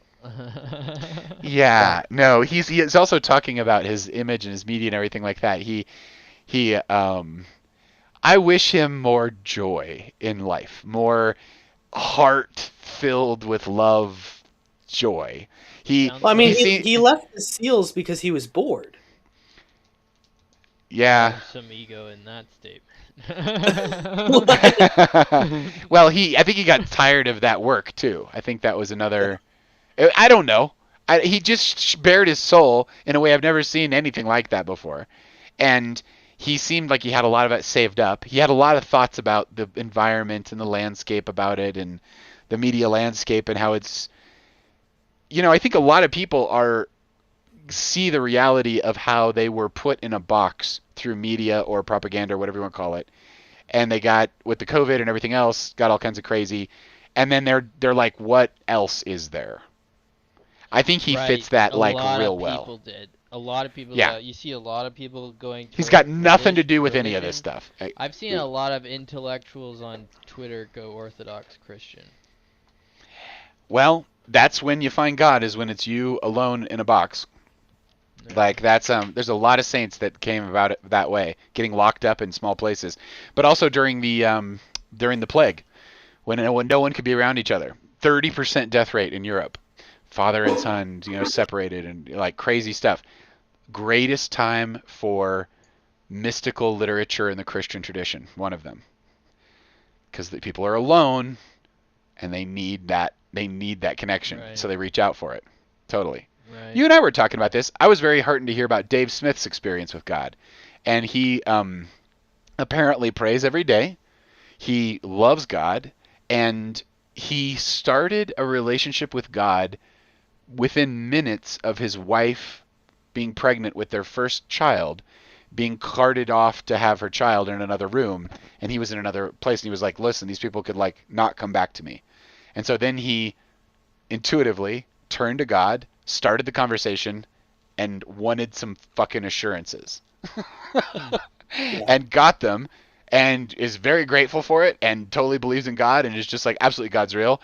And it's like, he's like, but Tucker's like, how do you know? How do you know? And he's like, well, when I leave this room, they're going to ask me, is Tucker Carlson real? And I'm going to say, yes. And they're going to say, how do you really know? And it's like, you don't. Like, you just have to take my word for it. Like, unless you find the room, you got to take my word for it. Like, what if it's all a big fucking illusion? Exactly. You got to, but I love that, because there's, okay, so contact with God has these flavors, but the certain knowledge of the contact is also one of the flavors. It's an overwhelming sense of your neural capacity being overwhelmed by what you're in the presence of, and your ability. You're never going to be able to explain it to anyone ever. Like, Right. And the people Yeah. who try scare people away oftentimes. Usually there's a reason why it's outlawed in a lot of religions, like Judaism. It's outlawed. It's outlawed in Judaism. It's outlawed in Islam. It's frowned upon in most Christian contexts. Most I would Christian say. contexts, Yeah. You sound like a wacko when you start want bringing to up God. simmer at a much lower temperature. Yeah. Well, there's a reason why your holy humans had to get expelled from the town and lived in the caves nearby. Well, I mean, Classically. it's about to happen again. Classically. That's What? fucking true and awesome. Well, I mean, history repeats itself, and I mean it's bound to happen again. The people who are truly connected, truly in that relationship, are going to get thrown to the hills, thrown to the caves. Well, they're gonna drag a fucking camera into the cave and be like, "I just want to tell you about what's going on." Click. That's like what just we're like doing right report from the now. cave. Report. Yeah. Report from the cave. Exactly. Yeah, this cave has Wi-Fi. Yeah, This cave has Wi-Fi. This It's got a fucking cave fiber has optic cable. fiber. Watch this. Yeah. 3 gigs a second. Yeah, brought to you by the letter M and the number 7. Dude, I was so the AI has got so good. It is so good. My relationship with ChatGPT is so leveled that we've got a fantastic description this week. I want to read this to you nerds. All right. We're beaming out the nacho vibe beginning at 3:33 a.m. It's completely wrong. I should have changed that. Okay, we got your typing, Seth. You might want to turn on the sound correction. Check. Okay, perfect. Here we go. Check this out. This week we entered the 13th frame, the one they said that shouldn't exist. We're getting more typing, Seth. The one they said shouldn't exist. It's a leaking cosmic nacho cheese with whispered secrets only audible at 3:33 a.m. Paul opens another rift in the alley floor, revealing a sentient harmonium powered entirely by suppressed dreams and expired gift cards. 5 ragdoll cats appear wearing matching jumpsuits and demand to speak to the one who rolled the impossible spare. Expired gift card. Dude, it's taking all of my queries about, just my life. It's an unconscious filter. This is all my life. These are all the details of all the things we've been talking about. Hell yeah. A harmonium begins playing itself backwards. Peter intercepts a broadcast from 1973, sent from the future, containing only the phrase, "The lanes are a map," in capital. Someone, not naming name, accidentally unlocks the forbidden 13th frame, summoning an ancient League elder made entirely of fog and bowling trophies. Meanwhile, the League faces its most pressing challenge yet, a team of interdimensional bowlers led by a jellyfish named Gary, who speaks in riddles and smells of grape soda. There's a lot of really good emojis right here. Is it the end of the game or the beginning of something much, much weirder? Tune in as the Bowling League podcast uncovers the truth too strange to spare. Sponsored by emoji temporary nachos, always fresh somewhere in time, and floppy disk, the harmonium protocol, always fresh somewhere in time, and the harmonium protocol, now in beta, forever in flux. That's fucking great, dude. Isn't that Because it nuts? kind of captures like the I know. essence of like of having a window. You can put knowledge out and Yes. then capture it yourself, or it's fucking fragging out, looping into the internet where people you don't even know will have their first iteration of developing a parasocial relationship with you. Totally. Still looping. It's how many people remember everything you tell them? Looping. So That's few. not a sound effect. We're actually looping, Paul. We're actually. Oh shit! Looping. Yeah, You make a sense to me. The Alright. loops. Dude, the loops. Found You gotta fucking singularity, dude. Oh shit! It's a singularity. No. Come on. There it is. Locked in. Dang it. I was gonna try and keep going. And I want to be detarded. I think that's a good message. Oh my gosh. Oh my gosh. Well, The United dudes. States has more guns than most of the world. We have 40% of the firearms on Earth. Fuck yeah. Fuck yeah. Fuck yeah. Did This is they what have pops up. magic believe AI. powers? I'm not. So, I've got a bunch of new sounds in here. I'm glad you're hearing some of them. I spent, dude, deep flow engines. I just put in the launch tube. I roll on the side of the shell, the bowling league, and I put it in there and I locked it down. And I was like, you owe it 3 hours. Go pull. And then I just like did deep flow on this one topic. Nothing's allowed to break it. And I made all this stuff. I got like 100 new sounds on here. Back during King Henry VIII, you couldn't have a podcast. He would fucking kill you. There's all kinds of important things to be said. Fucking kill Yeah. you. Yeah, the level of wealth we experience today as Americans surpasses the level of the kings that Joe's talking about that would kill you. They didn't get to No. enjoy half the shit. Nothing. Nothing. Well, and even the freedoms that we do have, people are going around complaining about it. But then even in Like the say freedom. say in Using Are England, positive. if you're caught praying near like an abortion clinic or something, you get arrested. Literally. Like the freedoms that we have in this You country. close your eyes. It's all more than It's you all think. weaponized. It's all It's- they've weaponized this stuff. They've made it's it big so media. Yeah. it's know, owned dude, by 6 that people. class- It's 6 people pushing this on you, dude. It's 6 so, people own those like, things. I am very close to developing a 15-minute class that will red pill boomers and Gen Xers about What would you include? About mass media manipulation and the censorship industrial complex essentially. Because on. they have no idea. No. Yeah. No. You think there's people who's in the dark? Well, there's boomers that are in the dark. Okay, the Gen Definitely Xers have been boomers. trying to Gen drag their Xers- parents. There's Gen a lot of Gen Xers Xers who've been trying to drag their parents out of the Gen dark for a Xers long are time. Very receptive.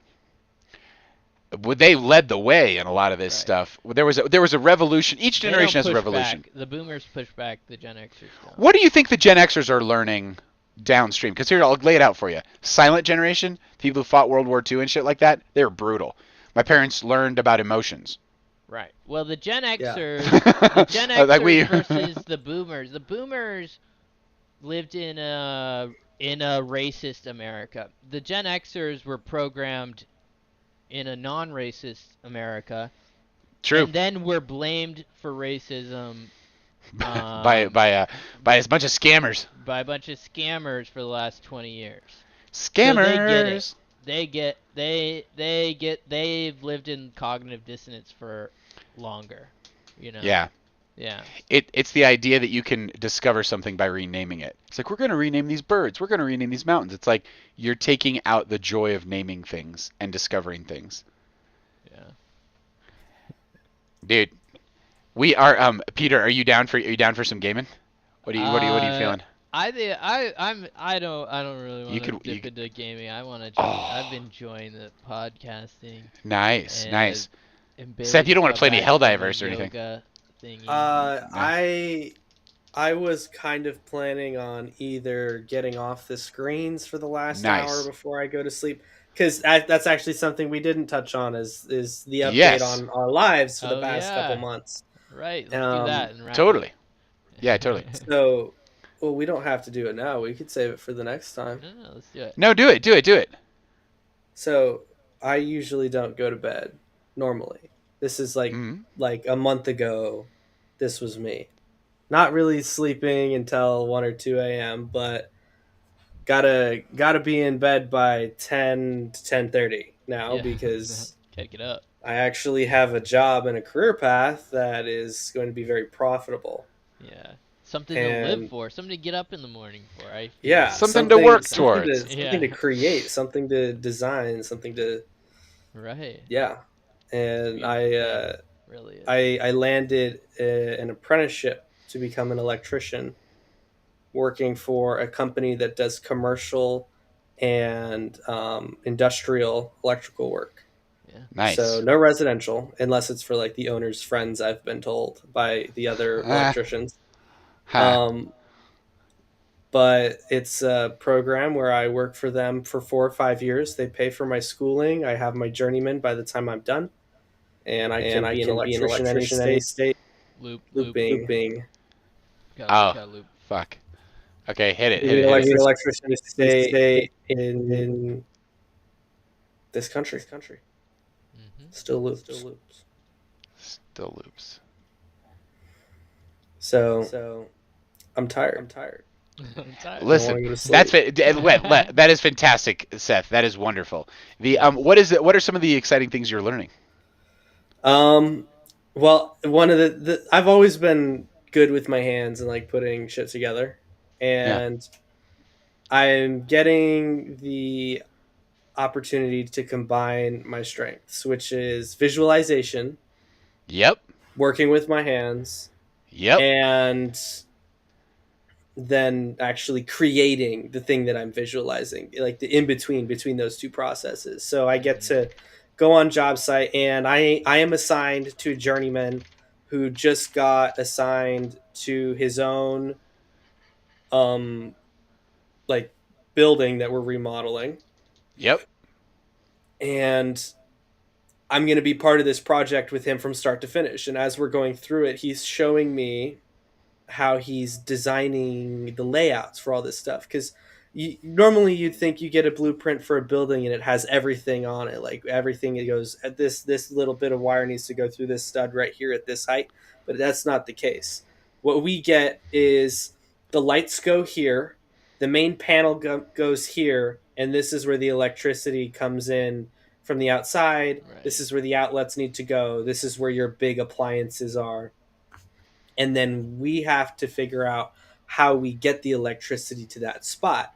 Yeah. And as a general competition between the electricians and the plumbers, whoever does it first has the advantage, because we don't have to go around anybody. Right. So we're on job site every day, brand new job site. The plumbers aren't even there, like at all. And we are just connecting things up. I've spent 4 days, Friday through today, doing all of the outlets, and not actually putting the actual outlet receptacles in, just the boxes, the Against covers, the studs. against the studs, and then connecting the you get your 3 wires wrapped in this metal casing. We call it MC, and running that between all of the boxes and then up into the ceiling into some rafters, where we're going to actually get some proper conduit run with other boxes that the MC goes into to split down to the whatever you have down there, all connected to one circuit down in the main breaker room, electrical room on the big old breaker. If anybody follows me on Instagram, I occasionally post stuff about it. So Nice. Post it back to the signal. yeah, Dude, that's awesome. IRL. It is. Electricity is so much fun. It's so much fun to think about. We just put a generator in at our place, and as part of the system, there is a relay delay on some of the heavier electrical systems. So like the stove range and some other heating stuff. When the power goes out, it has to go out for 20 seconds. The generator kicks in. Then it re-electrifies the house except these points, which once you electrify them, they count down 5 minutes. This one counts down 6. This one counts down 7. And that way they turn themselves back on very slowly. There's even at the smart meters that they've installed. They've got like 4 companies like, this is your smart meter, this is your smart meter, this is your smart meter. It's like the information that's coming back to the grid. It's like so much more. It's cool. Well, Dude. one of the things with electricity, and especially in the residential sector, that I'd want to get into is exploring more of Elon's solar tiles, like the actual shingles grids. that are solar panels. And then you get, depending on your size of house, the number of Tesla batteries that you need. And I mean, if you want to learn more about that, MKBHD, Marquez Brownlee, he has a very in-depth video about his experience getting the Tesla batteries, getting these solar tiles, and how he's net zero for electrical costs for the year, minus the required $5 service Connection fee. Yeah. Yeah, that's cool. That's cool. Yeah, you got money back. Very, Yeah. very Cool. awesome. Yeah. You guys, it's been wonderful hanging out. It has been so much fun. Have an Seth, awesome. Yeah, Yeah, I go ahead. figured out the MC Yeah, MC cable, metal clad. that makes sense. Metal clad. Metal clad. So it's got I was asking my journeyman the other day, and he's like, I don't know. I just call it MC. yeah. Metal clad. Yeah. Now Yeah. you know. Quick, Very That's nice. got your the three wires you per- need: your free ground, your neutral, and your hot. perplexity Pro search. Let's go. Yeah, I was gonna say, based on their eye movements, I think that came from an AI. Yeah. Dude, we've got so much stuff to talk about next Yeah. time, which is probably do. next week. Glasses, good. AI and glasses. Let's keep going. Bring some stuff to show off, and stories or otherwise. We've got some ink in the well, dude. I want Yeah. to talk to you guys about Faraz AI generated videos. I want to talk to you about Notebook LM and its AI, or its it just released like today or yesterday, Android and iOS.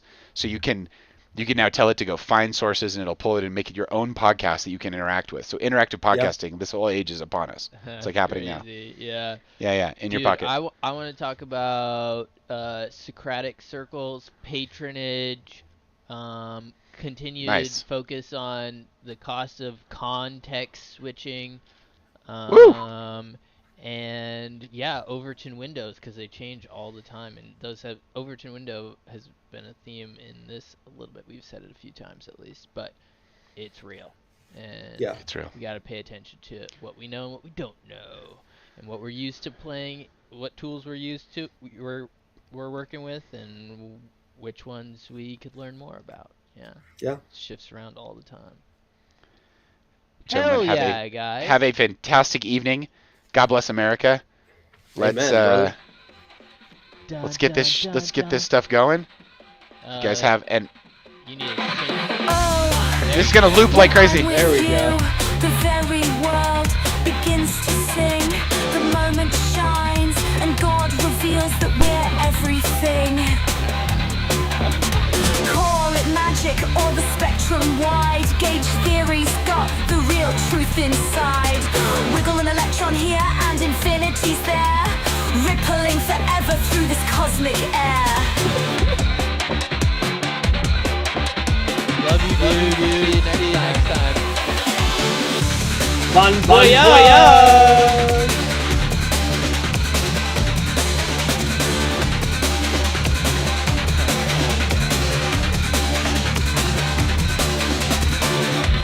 Hold me close as we light this fire. Love's the rhythm and it's lifting us higher. In every spark and with every beat, the universe hums 'cause you're so sweet.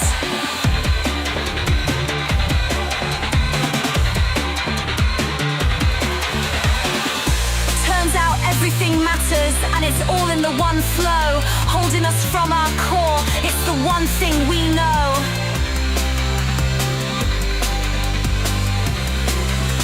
In this high circle, we're infinite friends.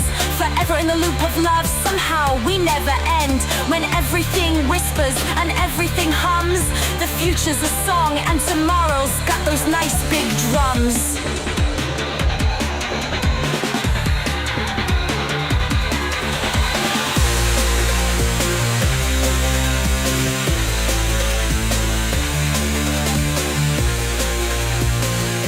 The future's a song and tomorrow, and tomorrow, and tomorrow's got those nice big drums.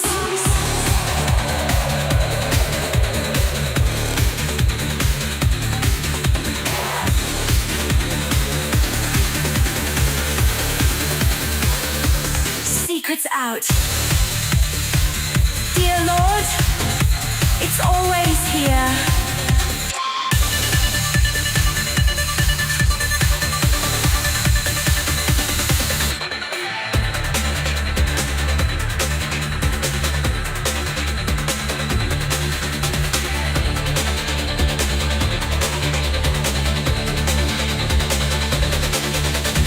Hold me close as we light this fire. Love's the rhythm and it's lifting us higher.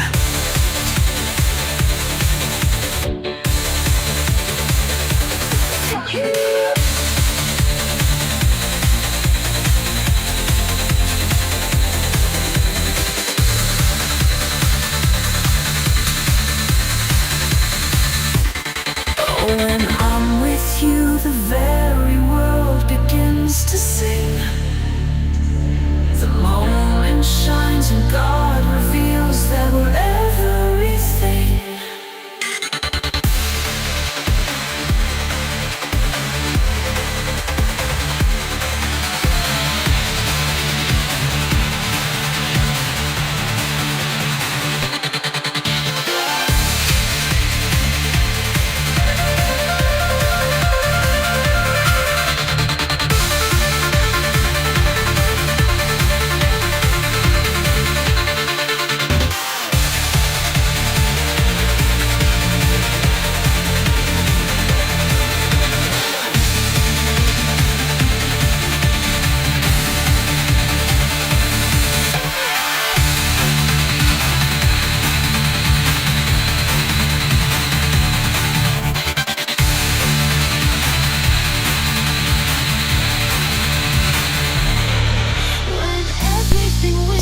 And everything hums. The future's a song and tomorrow's got those nice big drums.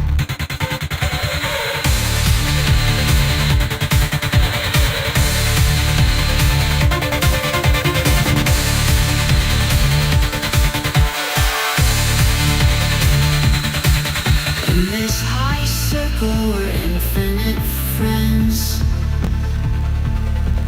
Forever in the loop of love, somehow we never end.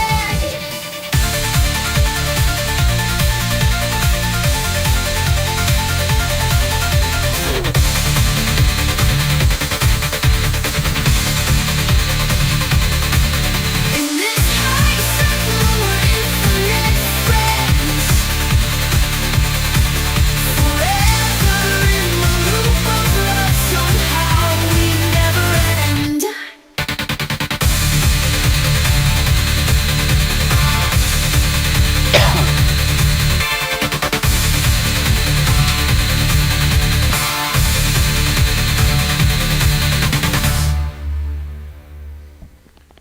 All right, we're going to broadcast some more.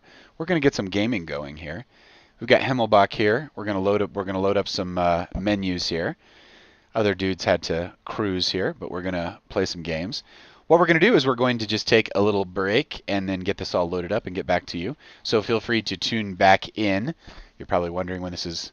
You're looking at this file length and you're like, where the heck? Where's this all going on? Let's play something fun. And here we go.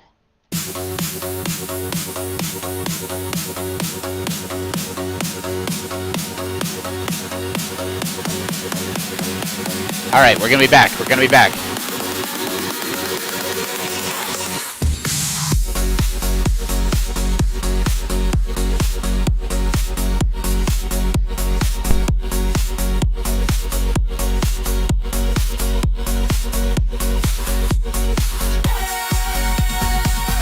There's no need to wait for another time. Your heart's the stage and God's love is divine.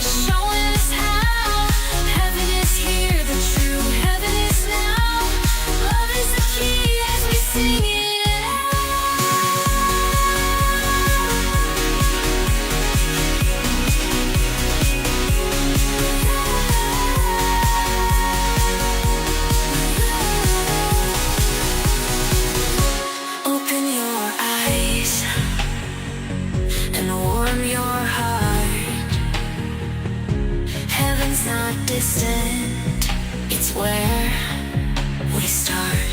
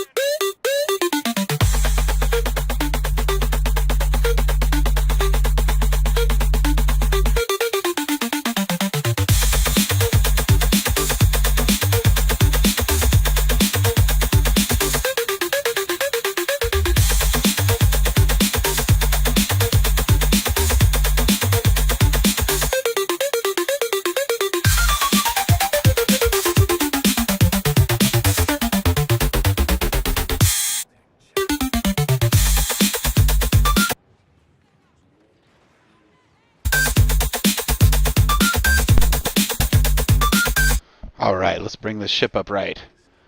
Here we go. What we're going to be doing next is we are going to be playing. Here we go. Engaging. All right, everybody. We've got Hemmelbach on here. We are savaging the Death Star. We've got plenty of bandwidth for the awesomeness. East Coast gets dark early. It's like a curtain of awesome darkness that descends on part of the country just weirdly 4 hours earlier than the other tip of the country. I don't know why that is. Actually, I know exactly why that is. Because the Earth is round and the sun tilts. It does that. Not the sun. The Earth tilts its direction and the sun moves. We're approaching the or summer solstice, longest day of the year. We're down to about a month before that happens. Every night when the sun sets, I live in the mountains, and so the mountains form a natural sundial. You can, in your mind or with a photograph, you can mark the place where the sun sets along the earth from a place where you're standing. And if you kind of stand almost in roughly the same place, what you'll notice is that the distance between where the sun sets on day A and where it sets on day B is going to change. And there's a time of the year, the vernal equinox and the autumn solstice, autumn equinox, the vernal equinox, the autumn equinox, when the rate of change is maximum. I think it's also the tilting of the Earth, too. Like, the amount of time that gets added at the peak is like 3 minutes per day. So if the sun sets at 6 p.m., tomorrow it's going to set at 6:03 p.m. and it's going to set at 6:07 p.m. and 6:09 p.m. It's going to keep going up like that. So it doesn't take a huge number of days before you have a situation where the sun is setting. Anyway, and it's a lot of distance. This is in contrast to the summer solstice, when the Earth goes on its annual bobble like this. It goes it's like a pendulum swinging. There's a moment that the pendulum is completely stopped when the weight is going one way before it turns the other way. This is angular motion, angular momentum. That it's on the angle. The weights here are gravity itself, and the ball is the Earth itself, and there is a wobble to the way that the Earth moves. And that wobble is probably left over from some prehistoric impact or something about the world we don't understand. That wobble could come from like an impact with the moon, with what ultimately became the moon. There is a theory that in the early solar system, it's kind of like a shooting gallery. Everything's bouncing off each other everywhere. And that Jupiter, with its big weighty weightness, cleaned out the asteroid field for the Earth, and that it provides kind of a gravitational balance in the solar system, that whenever big things come in from the outer atmosphere, sometimes it grabs them and it pushes them towards us. And if that's the case, then Jupiter is responsible for the Earth's oceans. Because all of this water that got here on Earth didn't start here on Earth. It started out as probably comets. Comets are big chunks of frozen water from other galaxies, from other star systems. We're all in this big soup, and we're just kind of moving through all this stuff. Other galaxies, is that right? Yeah, the Milky Way galaxy is moving through other stuff. So there's the possibility of moving materials before if you didn't. I guess that's true. I don't know. I don't know if we have a good roadmap on the directional curves of the early universe and all of these objects. But if we did, anyway, stuff comes into our space. Jupiter can knock an asteroid away from us, can protect us. It can knock a comet towards us, let water land on our planet, give us the ability to have an ocean, which is where life began. So, anyway, Jupiter being the largest one, the Greeks called the king of the gods. That is true in a gravitational sense. Exerts the most gravity on the solar system other than the sun itself because of the mass of it. I believe that's true. Anyway, somebody was talking about meteorites the other day. Apparently, there's so many darn meteorites coming down to the, there's like a certain amount of poundage or tonnage, I couldn't remember what it was, that's coming to the Earth every single day. Not a small amount. And when that happens, they land on the Earth. A lot of them burn up in the atmosphere, but there's a certain percentage that make their way to the Earth's surface each day. And apparently, if you go on top of a roof, even in the city, you can get a magnet, and you can essentially find little magnetic, little iron ferrous chunks of the universe. That would be some matter that you didn't know existed yesterday, falling out of the sky, literally, arriving in your local environment, really crashing into the top of your house. A little pop in the middle of the night is a meteorite from some other space, from some other time, that's fallen through our little atmosphere and makes its way all the way down to the surface and is picked up by a person. Apparently this happens on the regular, as in often. And so, anyway, kind of cool. We think of the Earth as a sealed system. It's not. It's inheriting stuff all the time from other places, and it's giving off stuff as well. It like exhales in a certain way, leaves a cloud behind it.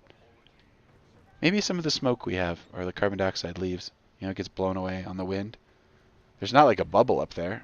It's just gravity, and at some point it's the friction of space and the wind. I wonder what that boundary is like. Are we losing oxygen? Are we losing stuff? Do we need these incoming meteorites and such to keep a positive balance of matter on the Earth? Or is there something about the nature of matter itself that it tends to inflate and expand? And I know that sounds crazy, but I heard a fairly amazing treatise one time on how matter itself might be just inflating. We're supposed to think everything came from nothing, but it's so big now. How did it happen? Well, it's inflating. And so you think that process stops? No, it keeps going on. Also, it would be very interesting to get into the concept of local minimums when it comes to the laws of physics. We always think of them as universal, but what if they were a warp and a weft of things like, I don't know, the electromagnetic constant, or how much energy it takes to move electrons across this kind of matter or that kind of matter. If these forces were a field that you were in, and somehow you could isolate yourself from these effects, you could essentially create a chamber in which things that wouldn't happen normally in your physics could happen. Incredible material sciences, the opportunity to processing, like computer processing goes through the roof. Optical processing. There have been some chips made recently that use optical processors. I was noting that they were coming out, and I'm like, wow, that's a concept that was kind of in its infancy when I was in high school. People were talking about a day where all of the information that you store with an electrical pulse and on or off at an atomic switch, that's what a microchip is, it's an atomic level switch. If you can do that and somehow encode that information in the state of photons, in their paired states, or in their spins, or even in their frequencies or their wavelengths, you're storing that information in a way that's much more compressible, because light can theoretically be compressed down to the Planck scale. Planck scale being the smallest amount of motion that's possible in our reality, which might be, they say it's eternal, but what if it's just I've heard credible stories of people becoming small, like you're standing there and you're looking at them, and then they go bloop, bloop, bloop, bloop, and they can become tinier. What is compressing there? And maybe it's this Planck length. Maybe the entire thing works, and if you shield the Planck length, field, whatever produces that, in a stability sense, if you do that, then you can, essentially have the same amount of matter, the same mass. It's just spread out in a different way, so it can become smaller or bigger. Would explain it, but or at least head towards an explanation for it. Dude, Stoner Vision re-engage. I need it now more than ever. It's nice to have you on here, Jake. Good to see you. Let me see if I've got my signal up here. Here we go. Woohoo! We win. All right, here we go.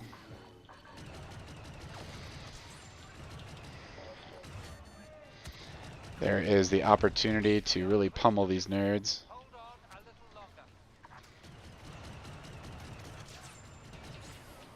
All right. Well, we're doing a pretty stand-up job here, keeping them out and at a bay. They got 9 seconds left to make their big push. We're going to clean them out quick. Man, this is a fun game. It's just fun, good camaraderie, good awesomeness. Nice, Jake. Nice. Here we go. We're going to go to our next one. But in the meantime, let's get ourselves a little awesomeness in the possumness. Here it comes.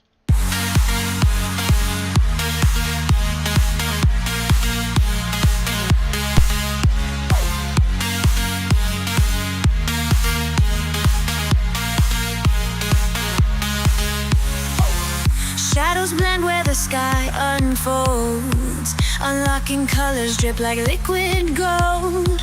Your hand in mine, we're chasing time. Through the spectrum, love is redefined. Every hue's a door, every shade a key. Unlocking the heavens we were meant to see.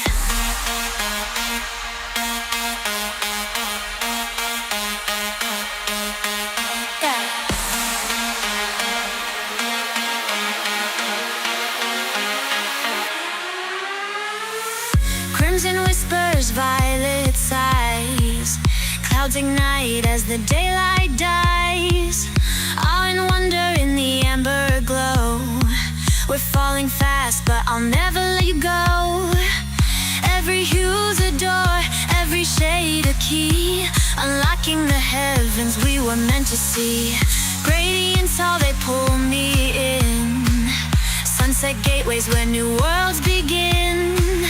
In the purple and in the blues. In other dimensions, our secret rendezvous.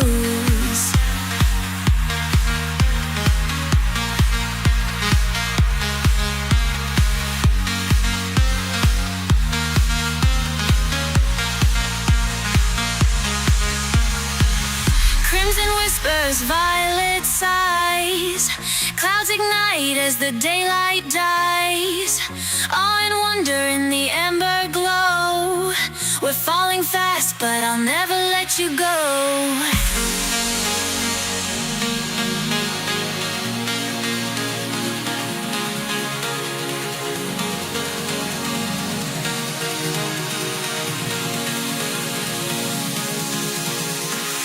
Gradients calling, we're never out of time.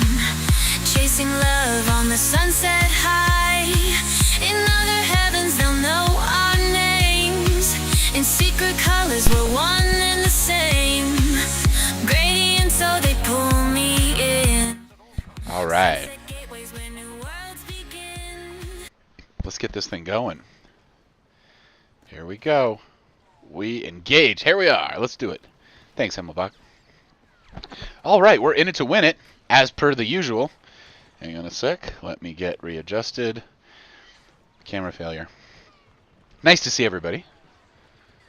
I'm always surprised at the number of people that will just tune into a random person talking on the internet, like myself. Hello, random humans. It's nice to see you out there. I'm sure everybody's having a great time. Give the people close to you your good and well wishes and thoughts, and when you can, give them a hug. People like to say the internet's a really dangerous place and that you can't control yourself and whatever. I think it's the opposite. I think it's the opportunity for human creativity, but it's basically a palette. You got to make the palette bigger than the apps. You got to make the game bigger than the followers, the likes, the shares. Heaven forbid if you're trying to make a living online, being an influencer or something.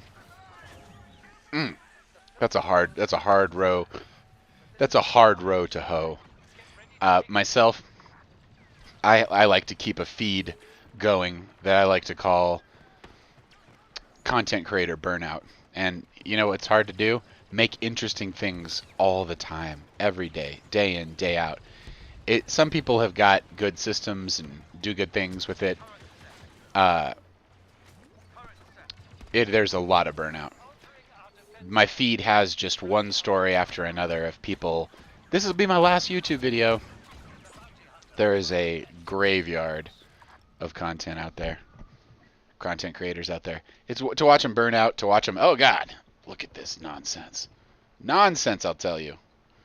All right, lock it in. Let's go. Look at you, content creator. Gotta get your camera going, yo. Oh, so nice. There we go. Not bad lock it in. There we go. There we go. Engage. So, what's the moral of the story? The moral of the story is that what you see a lot of online, especially what gets promoted to you, is what is in the place of movies and TV shows and entertainment and theater. Really what humans would like to see is humans dressed up and playing parts and acting and turning into fish and just doing every other damn creative thing, but that's expensive. So your social media content is extremely cheap. And by pushing the people who are reliable and quote content creators, there's a reliable stock of material to meet the overwhelming demand for new things to watch, which they can't quite meet. So the technology is making everybody into a director. You can make your own music, you can make your own movies. We were talking earlier about Frazad. He has a good interview channel that he has had on X for a long time. He talks about Elon Musk a lot. He's bullish on Tesla, Elon Musk, and he just talks about that all the time. He's got like something he loves to talk about. What he's been doing lately is he has been adding AI layers, and I think there's a couple services that I've tried out that I've experimented with. I haven't published anything using them, but essentially you give it the script, it produces the voice. The voice is then scripted over AI content, and this AI content is sometimes generated and sometimes it's stock images, and it automatically does it based on what's being talked about. So you'll know you're watching this because someone will say banking, and then you'll see a stock image of a banker, and then they'll say pick up the phone, and this is like a picture of the phone, even though the phone is not relevant to the story. This means it's been produced very rapidly. Now here's the thing, this stuff's extremely popular. It's being pushed a lot. Why? Because it's so smooth. There's so much of it, and you can essentially have you could never produce hours and hours and hours of movie. Movie is higher quality, and you until the technology can let you basically generate Marvel movie, and it's just like, okay, well, but with these characters, oh, okay, make it actually a 2-person rom-com, oh, okay, and then it just redoes it. That's not far away. That's the crazy part about it. You think that's like, oh, that's really on the other side of the galaxy. It's not. When you look at the slope of all you have to do to produce a movie, is you have to produce 24 frames a second, and they have to line up. If you're in some world like this where you have a 3-dimensional model, see, I'm controlling this model, this content's being 3-dimensionally generated, you can use something like this to generate a what would be called a storyboard in a previous way of making movies, where you can essentially you can make the movie that you want using a joystick, and you're generating a visual that's going to go along with it. And then that can actually be the input that you would use into a high-level video AI. You could do it scene by scene, or you could do it, you could probably do it scene by scene today, and your maximum, if you had a maximum scene length of like 6 to 8 seconds, I bet you could get a lot done with it. A year ago, it looked like junk, and it wasn't very smooth, but now, especially with VO3 coming out and music being a part of it, imagine that whatever that process is to add meaning to those computer-generated videos, that gets automated as well. So you're essentially controlling and producing. Now here's the key: the information on the other side has to be real, and so that has to be based on real. It has to be. You don't want to. No one's going to watch your stuff if it essentially, is fake and gaslights everybody. You don't. That obviously will be contagious as well, because people like to fight with things, and that's like how they feel, alive or whatever. But so yeah, gosh, the world is it's an oyster, man. But I think using all of these tools to imagine documentaries that covered things, smaller and smaller things, but really well, like something you'd want to watch that's like pretty well produced, that like has pretty good production values. Now, you're really learning about the thing in the documentary, and the production values are really just there to make the story more compelling, more interesting, to make it something that a larger audience will listen and watch. Because you can hear the story in a few minutes, but you can watch the documentary in an hour or two and get, it's not firsthand, but you're, watching the tailored recordings of people and stuff like that. I just think about the ability to produce something like that on a smaller and smaller scale. It takes fewer and fewer people to do it, and the stuff that people produce, it looks better and better. Better and better in the sense that the sound quality is good, the background music is good, and it doesn't cost that much because it's AI generated, this rights owned by the person. What this means is that the cost of making these things goes down, which means there's a lot more that aren't that good, but there's also some that you really want to see that are produced inexpensively. And that's the kind of key. You're gonna open up in the same way that when you had movable type, you had to have a giant machine, a printing press to actually make your point. Then someone invented the typewriter, and now you don't need all that big printing press, and you need a literate population that knows how to type. Now it's going to be, you need people who are pretty good at doing the meta thinking of organizing AIs to productive end goals, and that's pretty clear. Like, maybe there's something else that'll evolve from it eventually, but that's kind of it.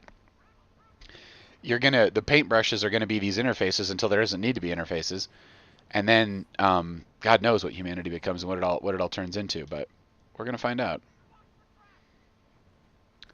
Probably gonna find out soon. That's the key.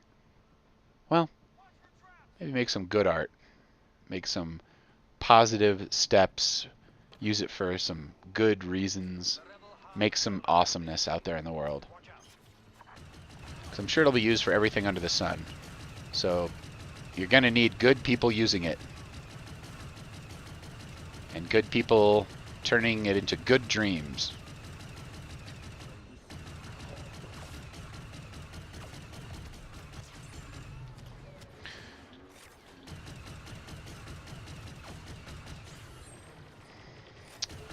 What would it be like, if I was really serious about making graphics? I think the real way to do it is to go into a Unity environment and start to create three-dimensional objects in a VR Unity environment, and then be able to manipulate them with your hands. Because it's really that level of malleability, I think, that you're looking for with the physical interface of the body. There's an analog input nature to the movement of objects and like their characteristics and their changing. I'm wondering how hard it would be to wire up an AI integrated IDE, an integrated development environment, into a Unity front end, so you could essentially make VR worlds using Unity. I got into it at one point, but the code was a little opaque. There were good tutorials, and it wasn't that hard to do, but it wasn't as easy as it is to vibe code, at least in 2D these days, where you can literally go from like an image that you have and then be able to hard code that into something you want to make real.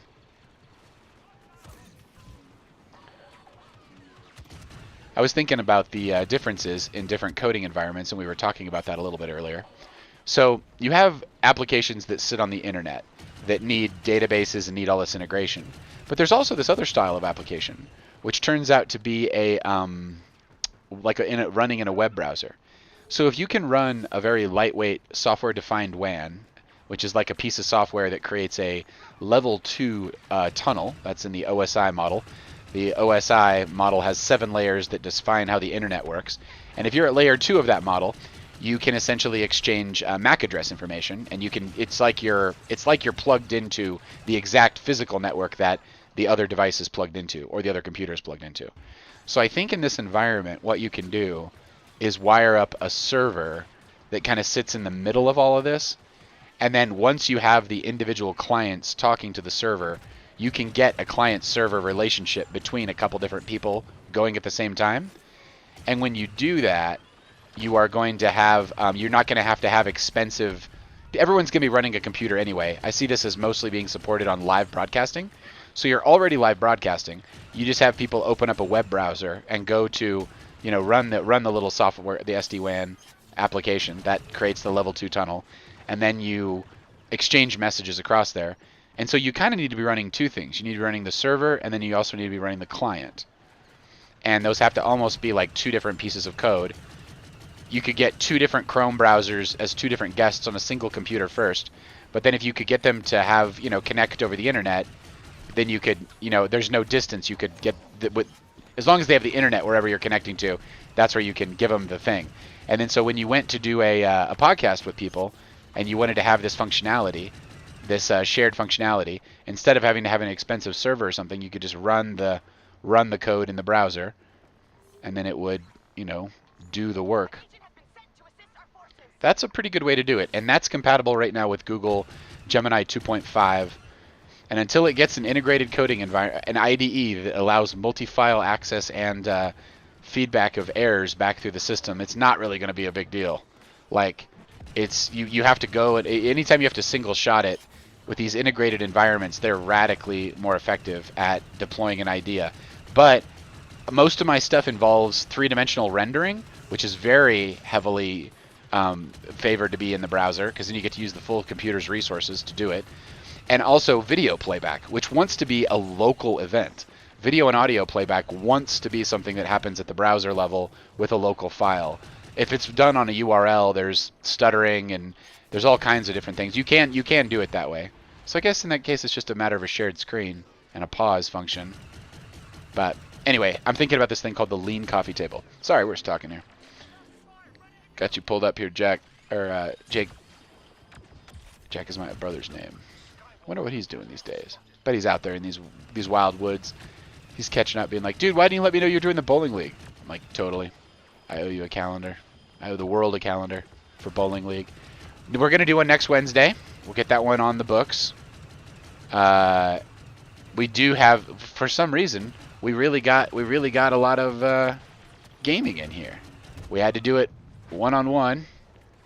So solo y solo, mano y mano.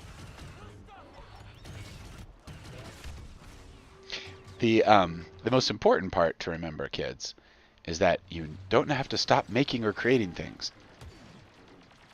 That is what I find to be remarkably awesome. So here's my current flow with software, in case anybody cares, or in case anyone's listening to this in the future. This will all change in a week. Google Gemini Pro 2.5, local AI Studio, and there's a new branching function they just added last week, which is like really, or at least I found it last week. It's really helpful because it does screw up. Eventually it gets on some weird trajectory where it goofs it up. It's about at the 250,000 token limit window. But when that happens, when you get that, when you start hitting that limit, it starts to do weird things. And one in like 2 and 3 times it'll kind of like goof up and not do it, right? But one time it'll do it. And so you have to be able to branch and be able to pull it back there effectively. Let's load up the next one, and then we're going to get into some more stuff. Here we go. In the purple and in the blues, in the dimensions, our secret rendezvous.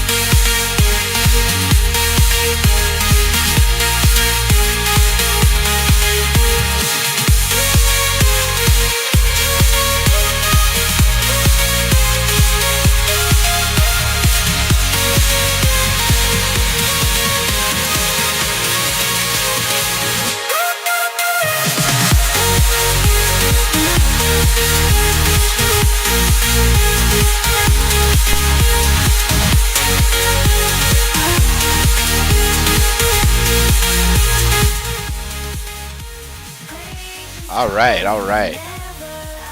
Here we go, back into some awesomeness. We're in the mines of Kessel, putting down a local rebellion. Why the heck not?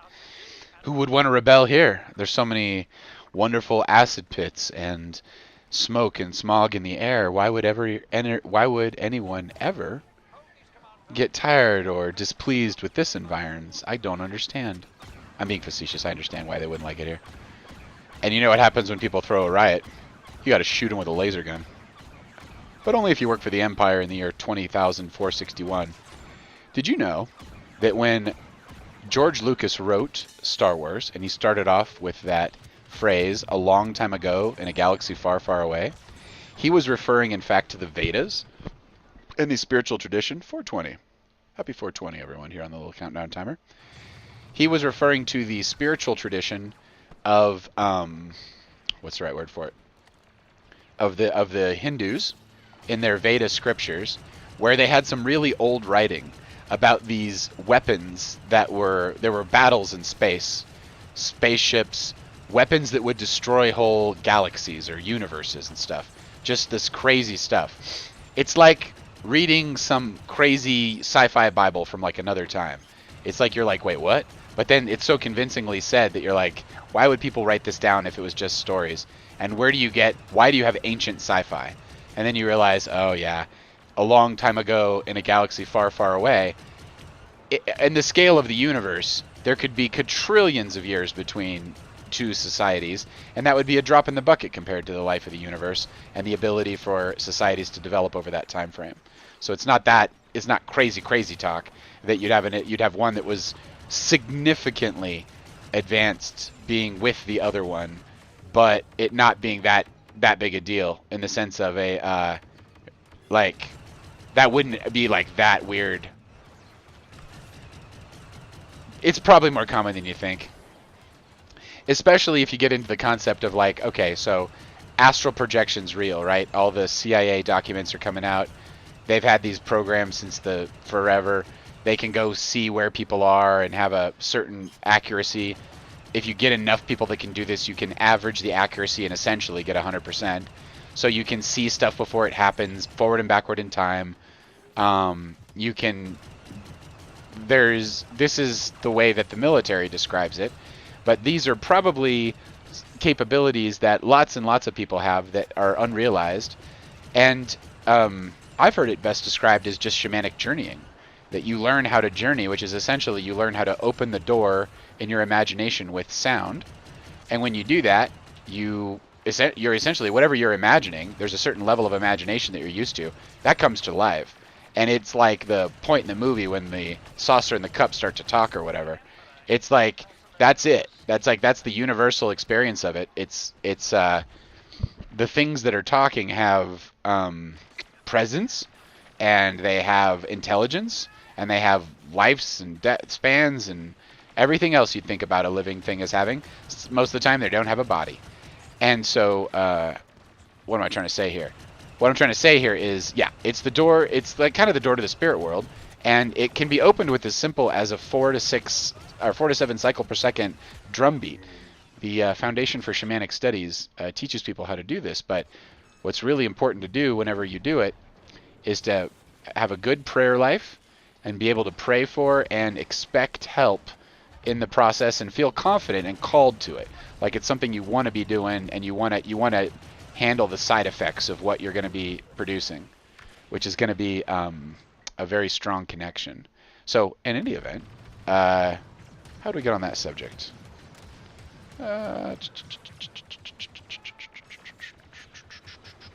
Imagination. Okay, so that was what I was trying to say. So the remote viewing is probably a common human experience that some people have more of. It's been used scientifically for some time, militarily for a while. But it's based on physics.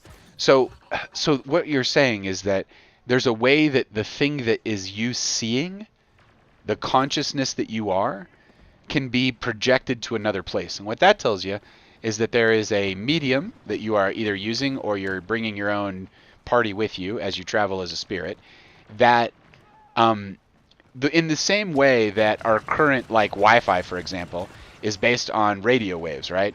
And the way we discovered radio waves is we wrapped copper around quartz, and then the quartz vibrated. And when you vibrated the quartz over there, the quartz over here vibrated.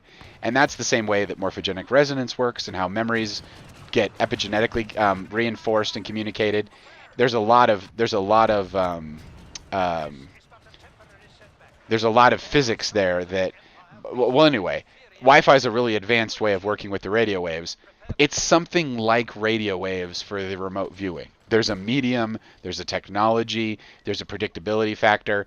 There's something in the human mind that's taking advantage of a field of consciousness, or is the field of consciousness, and it's the ego is coming down and it's realizing that it's a field of consciousness, and with that realization, it can gather information in like an enlightened or an expanded state, and then return to its smaller human state, carrying the information, and then report, this is where this is happening or whatever.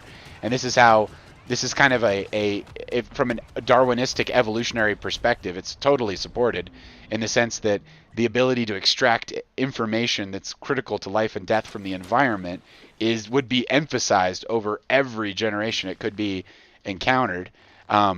If you had that ability, it would seem like it would be worth it for the living organism to preserve it very intensely and well. There's a universe where your technology starts doing this, where if you get an AI that can maybe interpret electrical signals in a complex enough way, you essentially get a remote viewing box. Okay, so now you've got a piece of technology that can tell you what's happening at another place. You know how you make a map of some place? You scan it. You basically start small and then you get large, and you scan it down. And if you have a plane and you're going from above, you take passes. If you have a satellite and you're doing the same thing, you try to experience the same thing, where you take continuous passes and you build up an image. You could do that with a psychic thing. And if you had AI to organize it, and let's say that you create a conscious little orb of plasma, and you could project it, and that is somehow electrically tied to a sensor that you have that is able to produce an image of wherever the orb is. And let's say that you can mathematically make the orb appear at any point in space and time, and then it takes an image of what's around it. Call it a point source camera, and through software and AI you manipulate the image. You don't have to move that much matter around, or energy around, I should say, with the plasma. Then how is it's possible that everything that we experience as aliens is just exosuits? It's literally their avatars projected here in bots, or in conscious plasma, or whatever framework a spirit uses to encode magnetic energy into reality. Like Jesus returning from the dead is a spirit reanimating the body, and there is a substance to the spirit. That's a part of our reality. That's a part of our reality in the same way that robots are a part of our reality, or a train is a part of our reality. Because it's a physical occurrence, if you can study it and you can break it down, then you can definitely turn it into a science that can be like a cell phone. You don't have to know how a cell phone works for it to actually function. You can just turn it on and then it's active. You're standing on top of something else. That times the remote viewing, which means that that technology would have to be contained almost instantly. Otherwise, it would be the end of privacy. If everybody could see into every room that has ever existed in both space and time, that would be a tremendous tool that would have to be, I guess, carefully controlled, because you're probably affecting those other areas, and there's going to be a certain technological pollution of the timeline that would spread out at the light cone from that moment. These would all make great short stories. I think I need to. Hope you're hanging in there, Jake. It's nice to be fighting with you.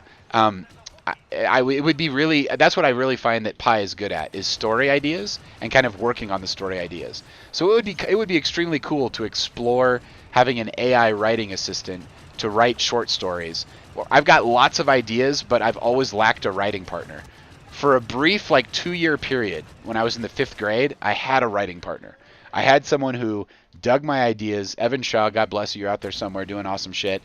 We would have awesome ideas, and then we would write about those ideas, and we would make great little short stories. But it was really nice to have a writing partner, because you sort of have ideas, and then it's nice to have someone capturing them, and then you sort of bat ideas back and forth.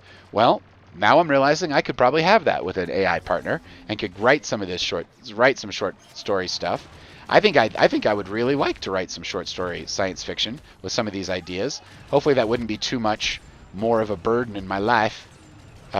Basically, I just need a deep flow engine. I need a checklist that is associated with the activity, so that I can go from 0 to doing that activity. I need protection to know what the activity is. You can define the boundary. This is the activity, this isn't the activity. You stay in the activity. You also have enough control of the rest of your life that you are able to realize that you're free to go into the activity for like a set period of time, 3-4 hours. You can go and you can go deep work and really get something done. It's that ability to get that thing done over that period of time and then come back with something useful, in this case an outline or a short story or some aspect of a short story that you could then deploy in some way. And then and dude, that'd be amazing. That would be really, really amazing to have a little short story science fiction anthology, which is just a bunch of fun stories. I really think it could work, especially if you were able to get a good enough writer where you didn't have to carry the burden of fleshing. You could flesh out the ideas and make it as wacky as possible. AI can do crazy and wacky extremely good, in the sense that the Discordians wrote books like the Illuminatus trilogy. You could write new Illuminatus trilogies with different themes that would control alternate delete consciousness. But maybe control alternate delete consciousness isn't the thing you want to do, or maybe it is.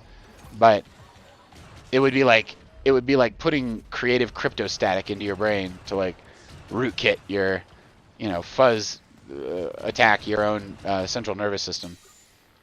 Try to get a backdoor into your own CNS. Woo!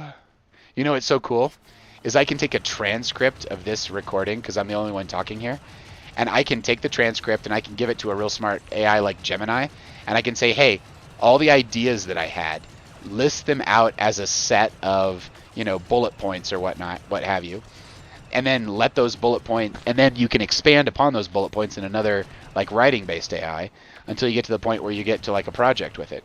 But to be able to cut down that loop time, to cut down the time it takes you to go from idea to MVP or minimum viable product, is like the idea that you're trying out your ideas. It's never been easier or less expensive to try out your ideas, and part of the cognitive resistance to doing it is just the amount of time it takes to organize it.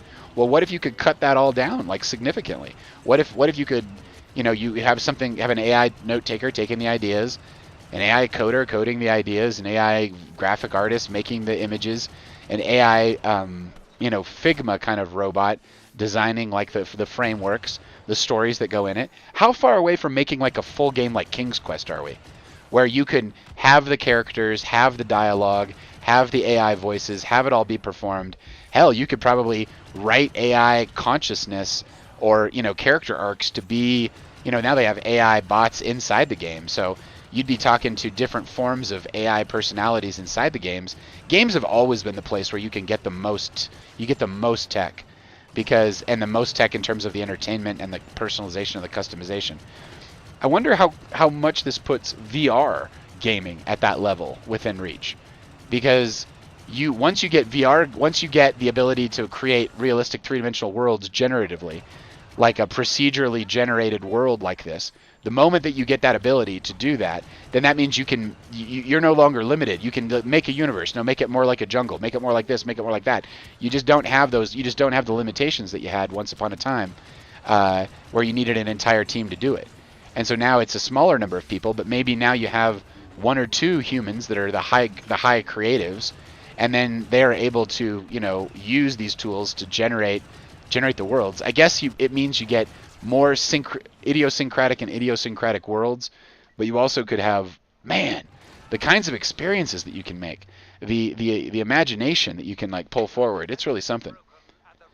Ladies and gentlemen, this sounds like a fantastic place to park it and go out on a song. Jake, it's been fantastic to play with you, brother.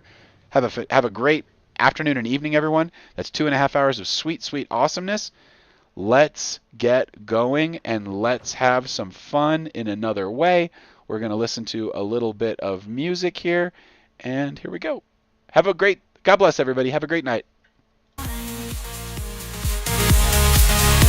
Chasing love on sunset high.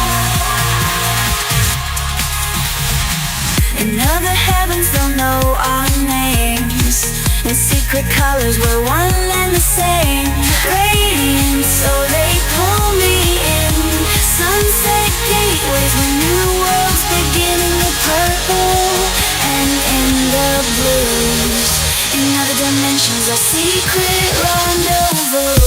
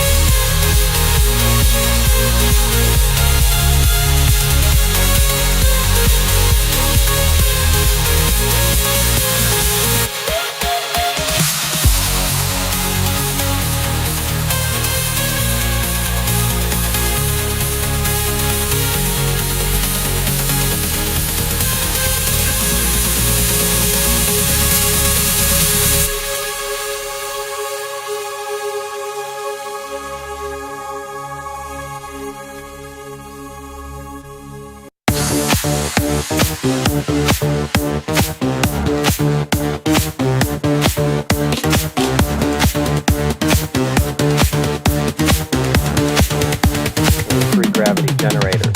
When they want to travel to a distant point, the disk turns on its side. The three gravity generators produce a gravitational beam.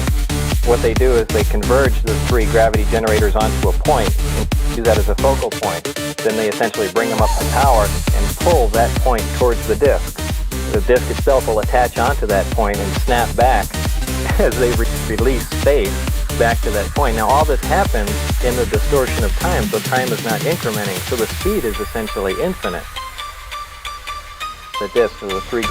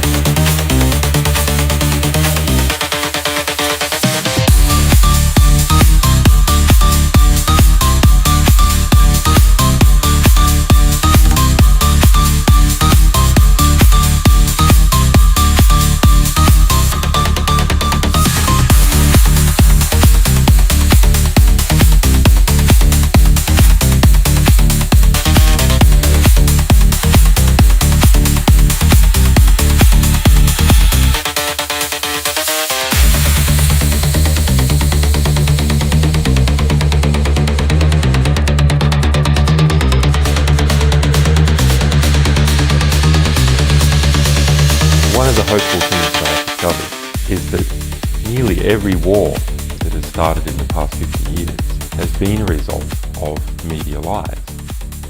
The media could have stopped it. If they had searched deep enough, if they hadn't reprinted government propaganda, they could have stopped it. But what does that mean? Well, that means basically populations don't like wars. And populations have to be fooled into wars. Populations don't willingly and with open eyes go into a war. So if we have a good media environment, then we'll also have a peaceful environment. One of the hopeful things that I've discovered is that nearly every war that has started in the past 50 years has been a result of media lies. The media could have stopped it. If they had searched deep enough, if they hadn't reprinted government propaganda, they could have stopped it. But what does that mean? Well, that means basically populations don't like wars. And populations have to be fooled into wars. Populations don't willingly and with open eyes go into a war. So if we have a good media environment, then we'll also have a peaceful environment. One of the hopeful things that I've discovered is that nearly every war that has started in the past 50 years has been a result of media lies. The media could have stopped it. If they had searched deep enough, if they hadn't reprinted government propaganda, they could have stopped it. But what does that mean? Well, that means basically populations don't like wars. And populations have to be fooled into wars. Populations don't willingly and with open eyes go into a war. So if we have a good media environment, then we'll also have a peaceful environment. One of the hopeful things that I've discovered is that nearly every war When I'm with you, the very world begins to sing. The moment shines and God reveals that we're everything. Call it magic or the spectrum wide. Gauge theory's got the real truth inside. Wiggle an electron here and infinity's there, rippling forever through this cosmic air.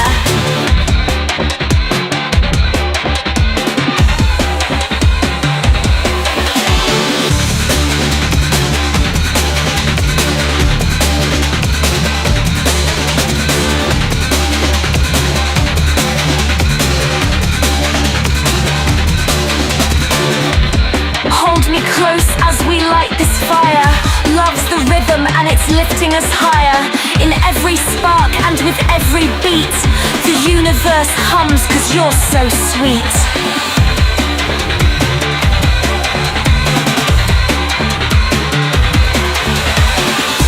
Turns out everything matters and it's all in the one flow, holding us from our core. It's the one thing we know.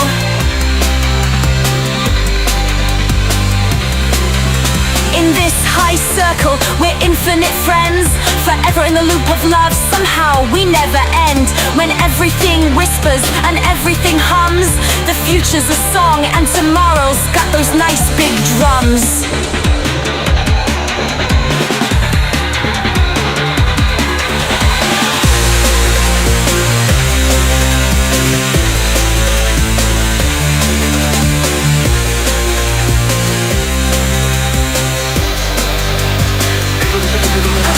When everything whispers and everything hums,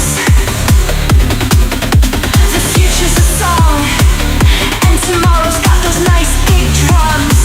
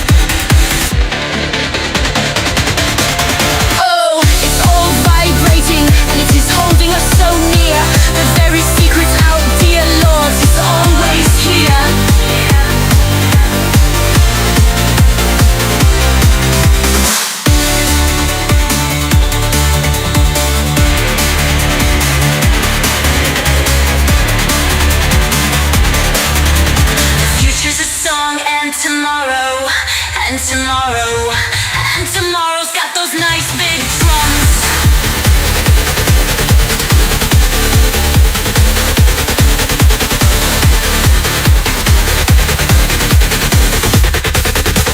Secrets out, dear Lord, it's always here.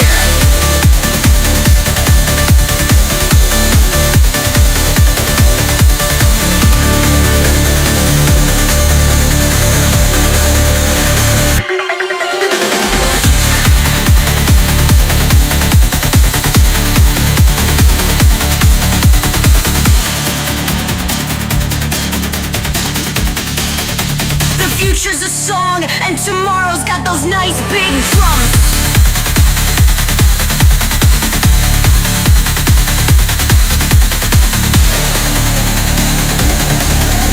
Secrets out, dear Lord, it's always here.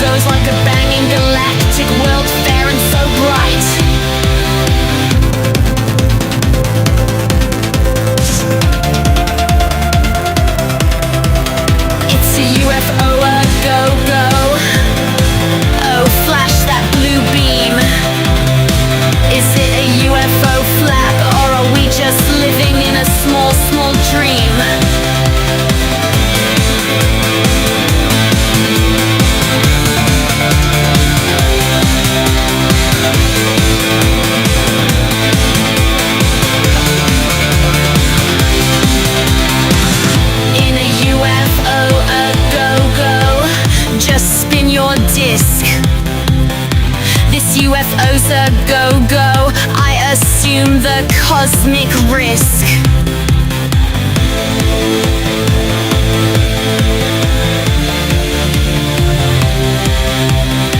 A UFO a go-go, so no more lies. We're staring at the truth, it's right before our very eyes.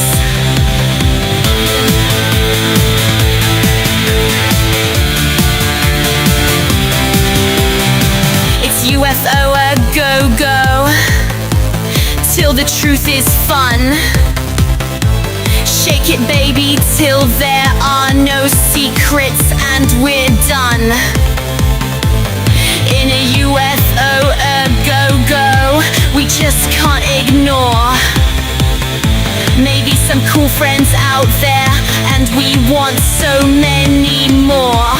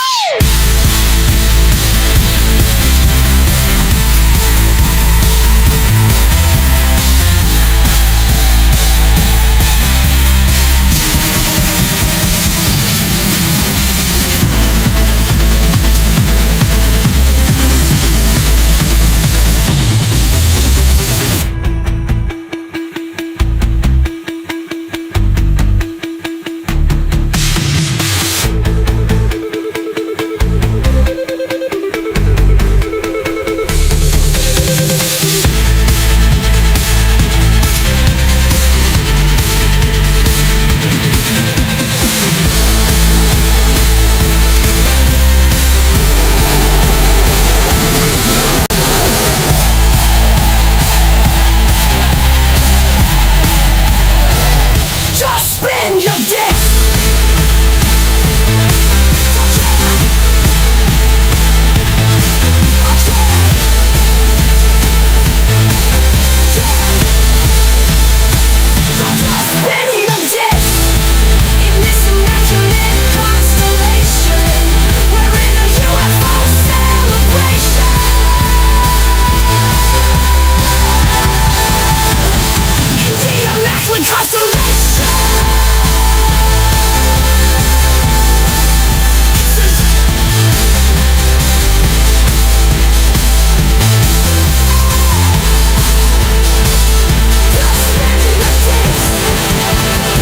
Just in your dish.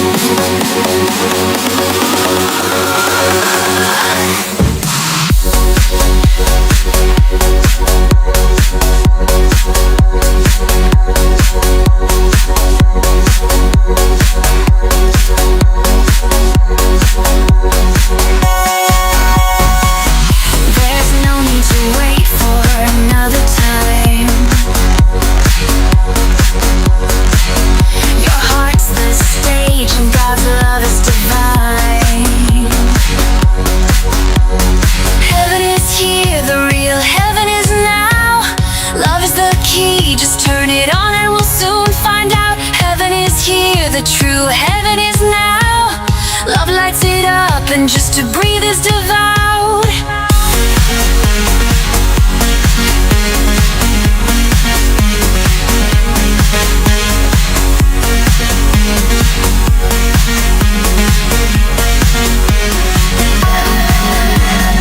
Heaven is here, the real heaven is now.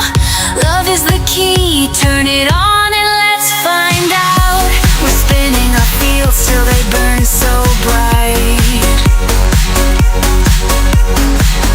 Turn on the body that is made of pure light. Tie it to love and just be with God.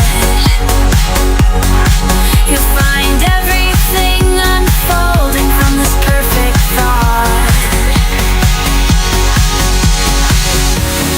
Breathe in love and center the flame. Hear the sacred angels singing, calling out your name. We're charged and turning, our spinning bodies set us free to dance the cosmos in your perfect geometry. Heaven is here, the real heaven is now. Love in our hearts, always showing us how. Heaven is here, the true heaven is now. Love is the key as we sing it out. Open your eyes and warm your heart. Heaven's not distant, it's where we start.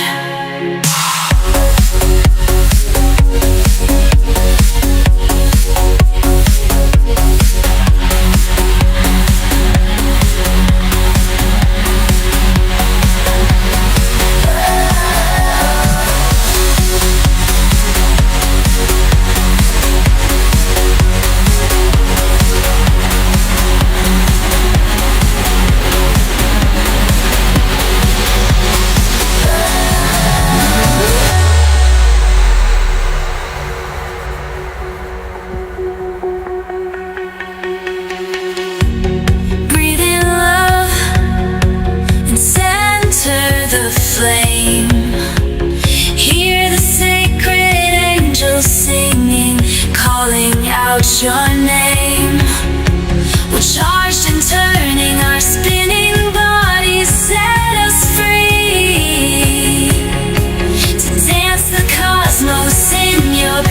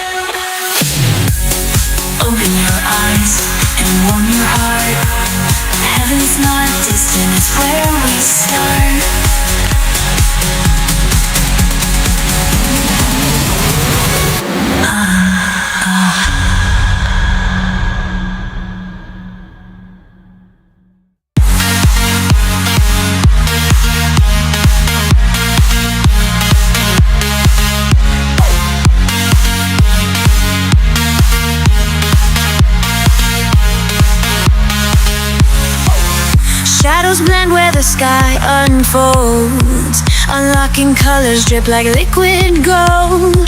Your hand in mine, we're chasing time. Through the spectrum, love is redefined. Every hue's a door, every shade a key. Unlocking the heavens we were meant to see.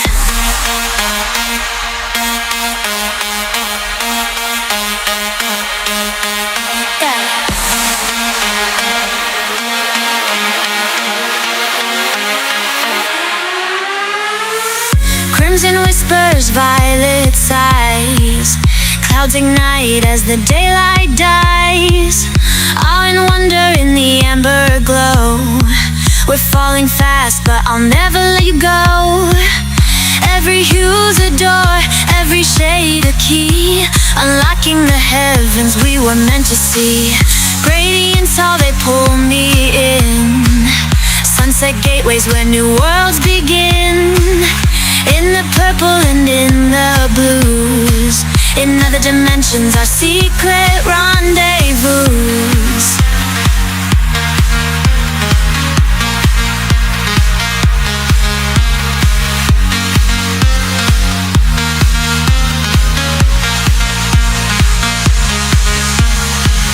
Crimson whispers, violet sighs. Clouds ignite as the daylight dies. Awe and wonder in the amber glow. We're falling fast, but I'll never let you go.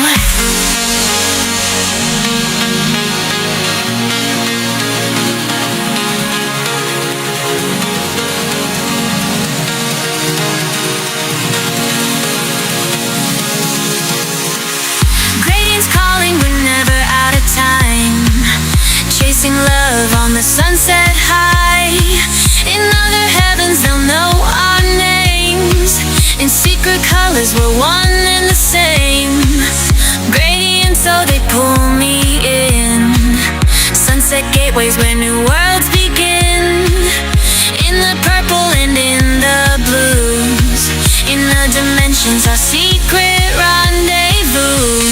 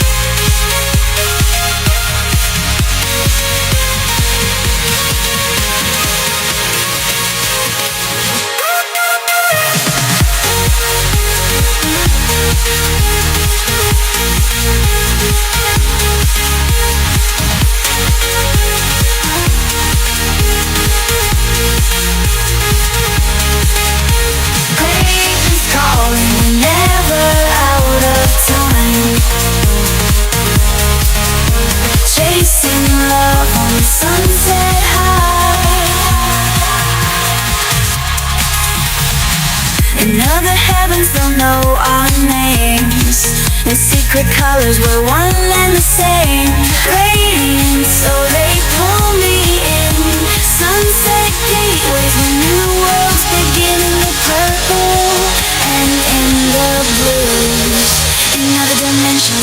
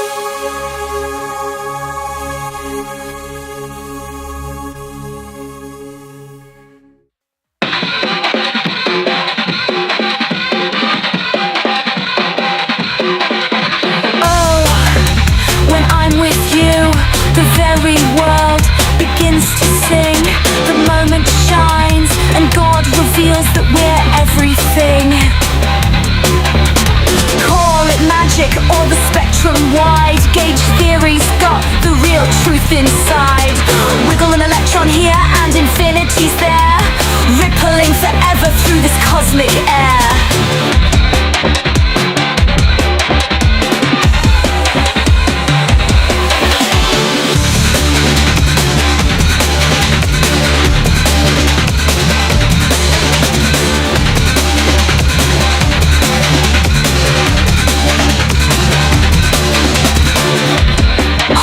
Close as we light this fire.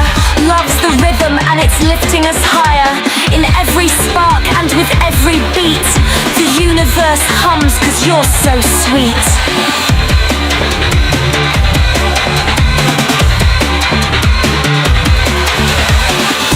Turns out everything matters and it's all in the one flow, holding us from our core. It's the one thing we know.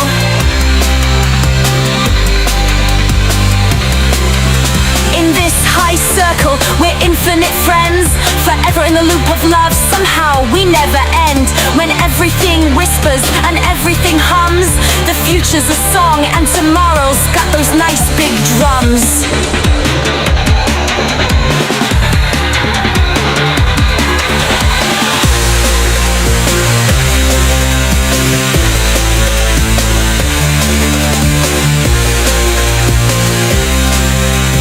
Future's a song and tomorrow's got those nice big drums.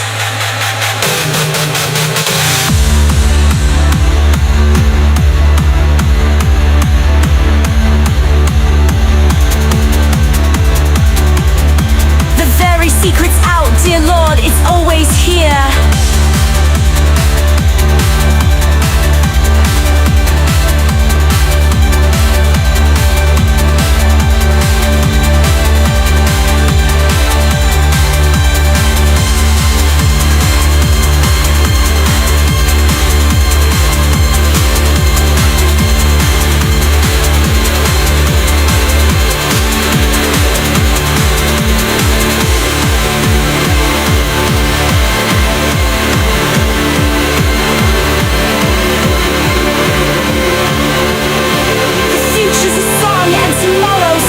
Nice big drums.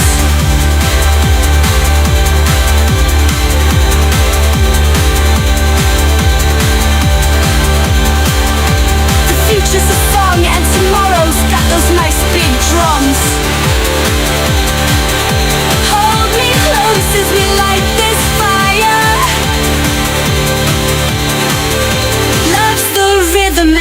lifting us higher.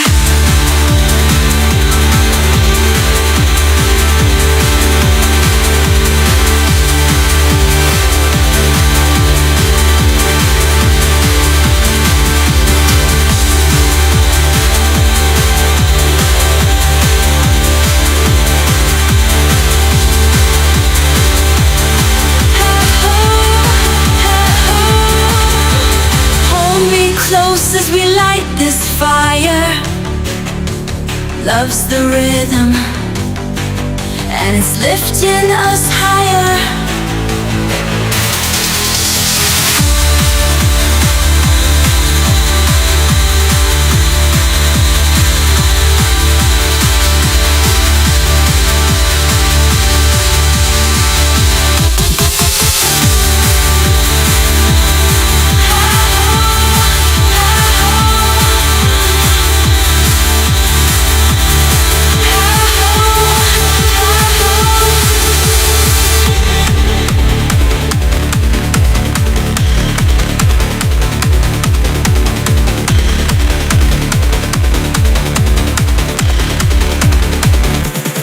Hold me close as we light this fire. Love's the rhythm, and it's lifting us higher.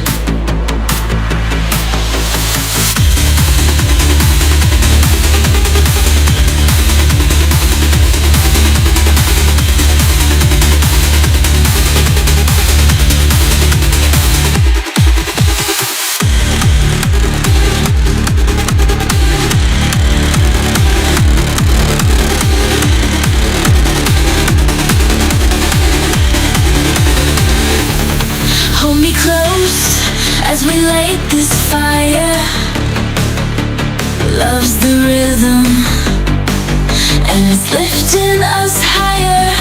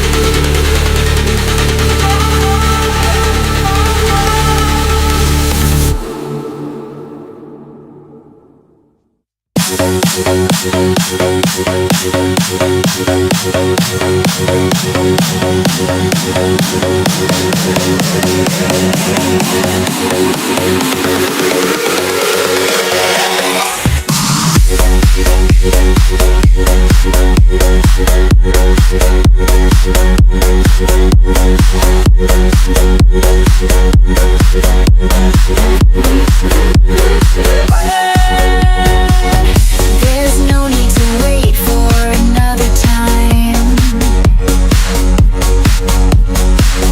Your heart's the stage, and God's love is divine. Heaven is here, the real heaven is now. Love is the key, just turn it on and we'll soon find out. Heaven is here, the true heaven is now. Love lights it up, and just to breathe is devoured.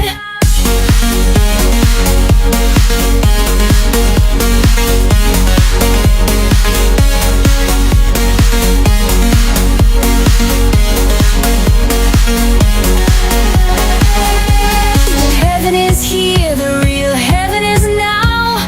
Love is the key, turn it on and let's find out. We're spinning our fields till they burn so bright. Turn on the body that is made of pure light. Tie it to love and just be with God. You'll find everything unfolding from this perfect thought. Breathe in love and send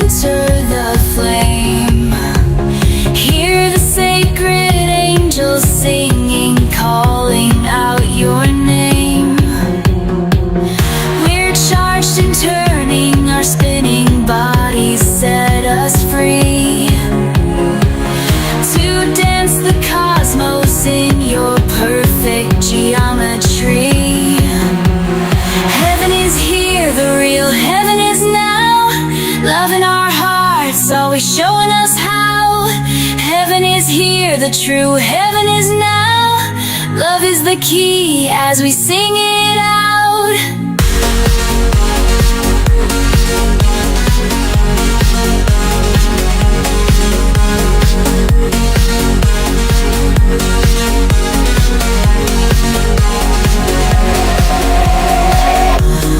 Open your eyes and warm your heart.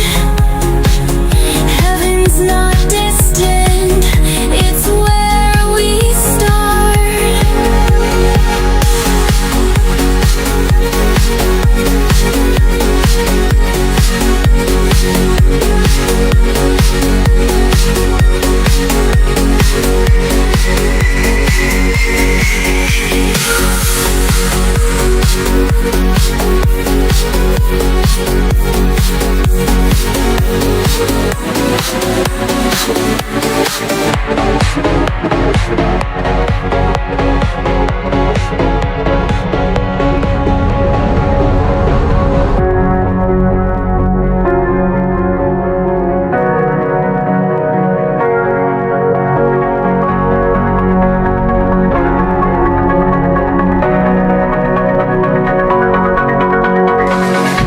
Breathe in love and center the flame.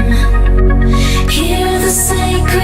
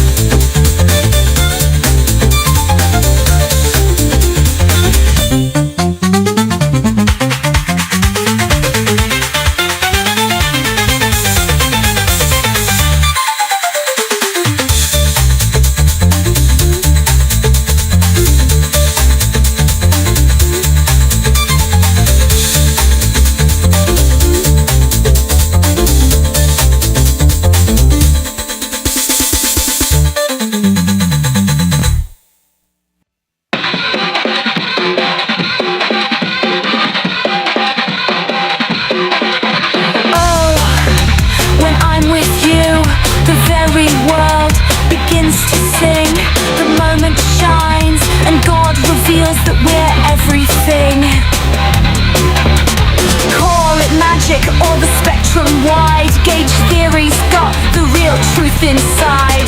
Wiggle an electron here and infinity's there, rippling forever through this cosmic air.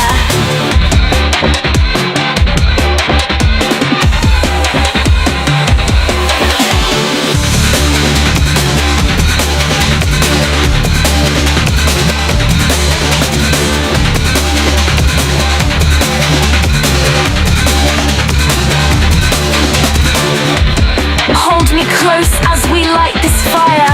Love's the rhythm and it's lifting us higher. In every spark and with every beat, the universe hums 'cause you're so sweet.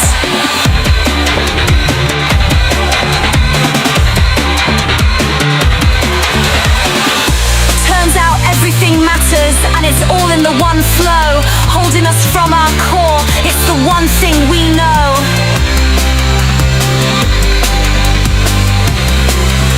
In this high circle, we're infinite friends, forever in the loop of love, somehow we never end. When everything whispers and everything hums, the future's a song and tomorrow's got those nice big drums.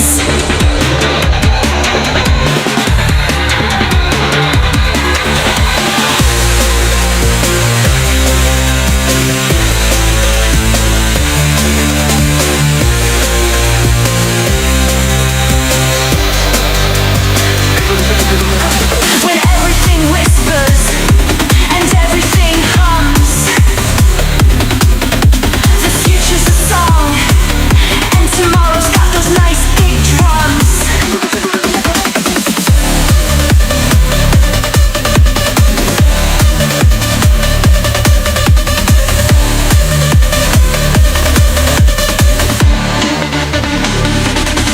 Oh, it's all vibrating and it is holding us so near. The very secret's out, dear Lord, it's always here.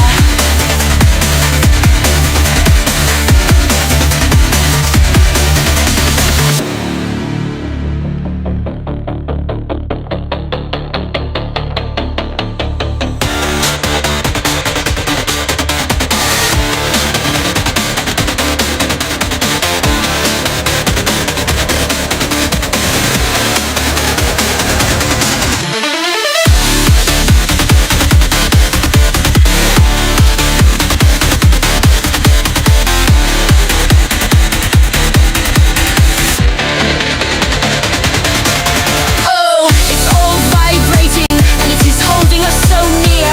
The very secret's out, dear Lord, it's always here.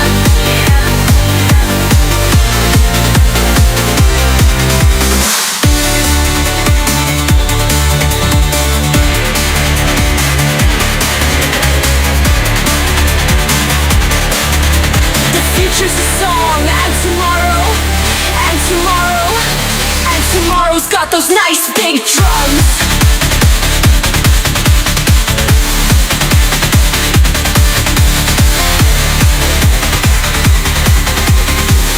Secrets out, dear Lord, it's always here.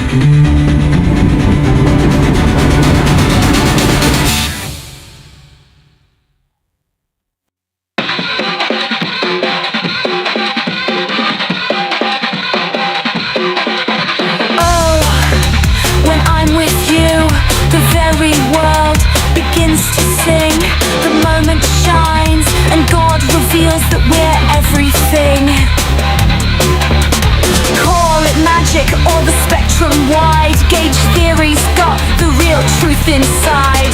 Wiggle an electron here and infinity's there, rippling forever through this cosmic air.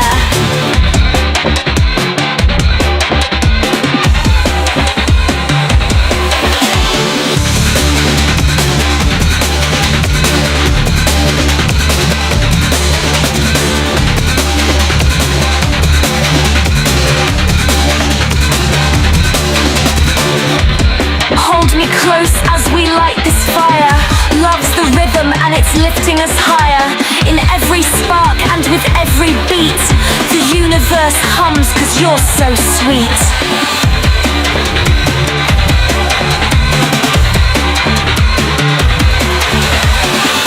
Turns out everything matters and it's all in the one flow, holding us from our core. It's the one thing we know.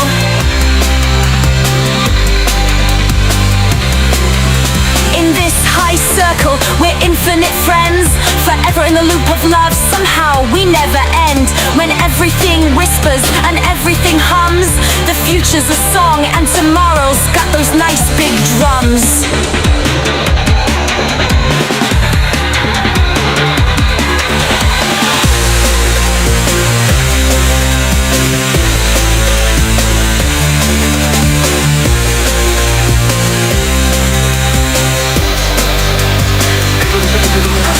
When everything whispers and everything hums,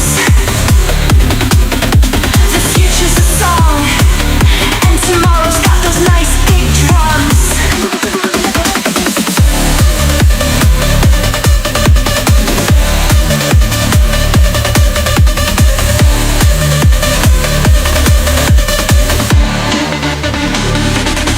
Oh, it's all vibrating and it is holding us so near.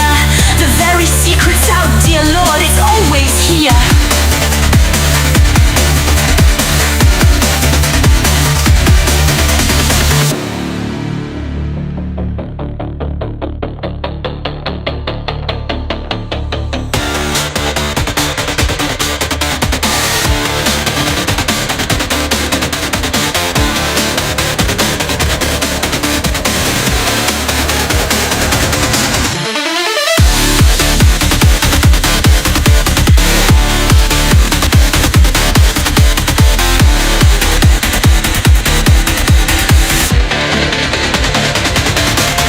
Oh, it's all vibrating and it is holding us so near. The very secret's out, dear Lord, it's always here.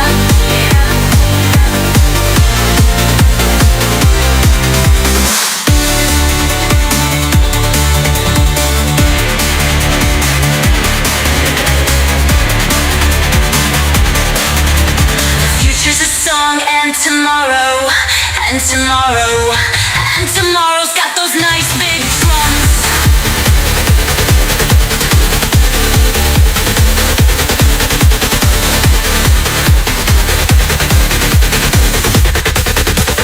Secret's out, dear Lord, it's always here.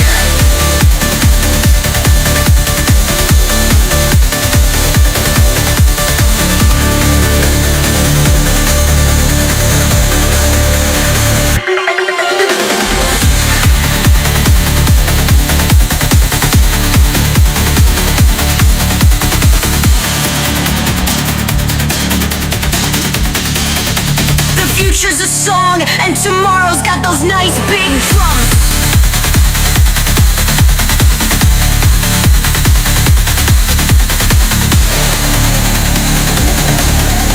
Secret's out, dear Lord, it's always here.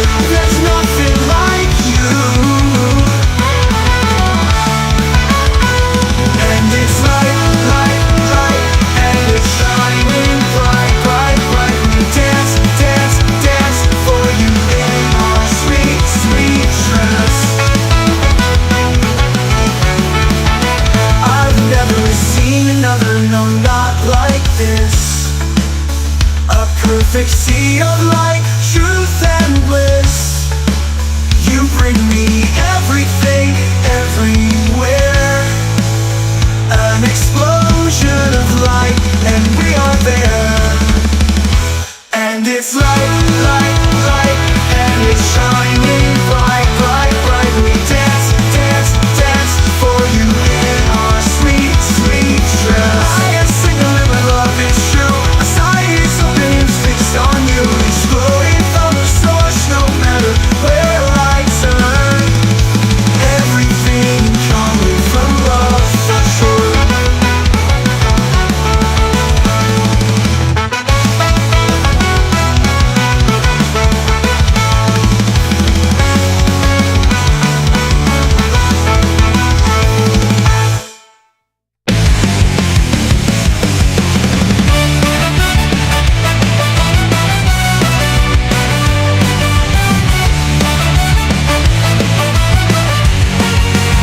Don't let me stop you, knocking off my friend, 'cause there's so much to go around. And here we go, and here we go, and here we go, and here we go, and here we go.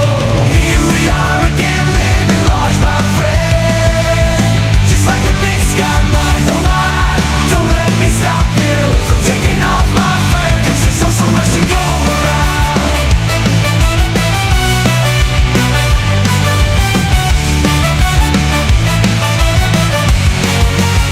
And here we go, here we are again, living large, my friend. Just like the big sky, mind the line. Don't let me stop you from taking off my friend, 'cause there's so much to go around. And here we go.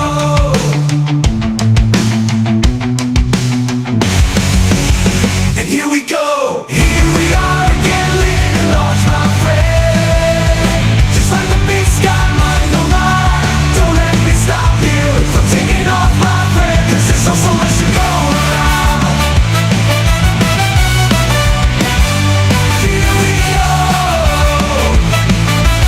living large, my friend. Just like the big sky, mind the line. Don't let me stop you from taking off. There's so much to go around. So go around, so go around, go around. I'll go around.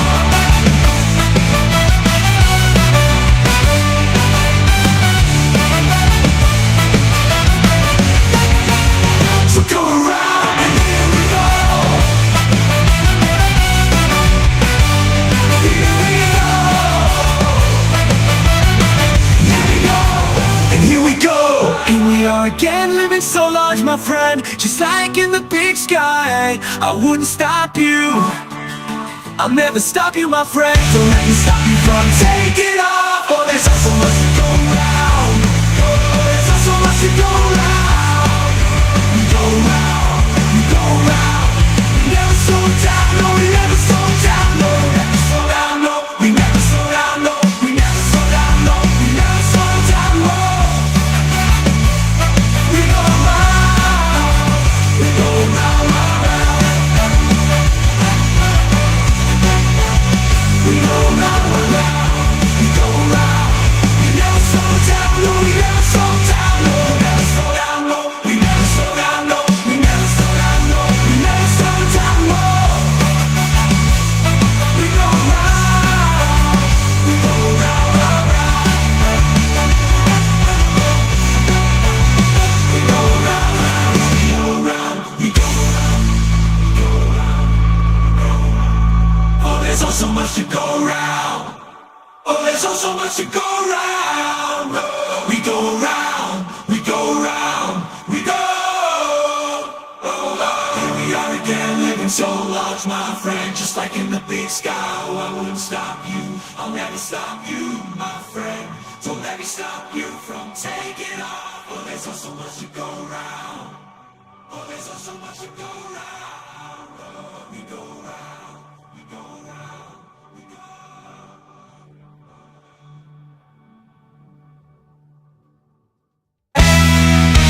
Flying, flying, and flying, my dear. Love is around us, so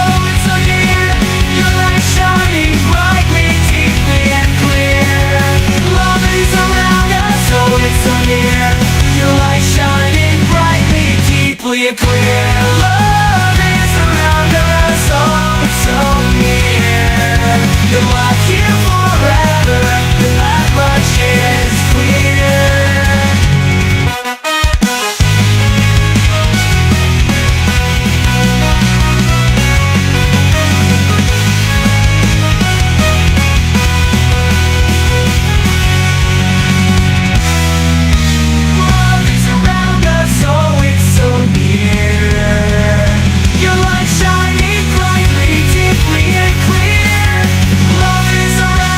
So it's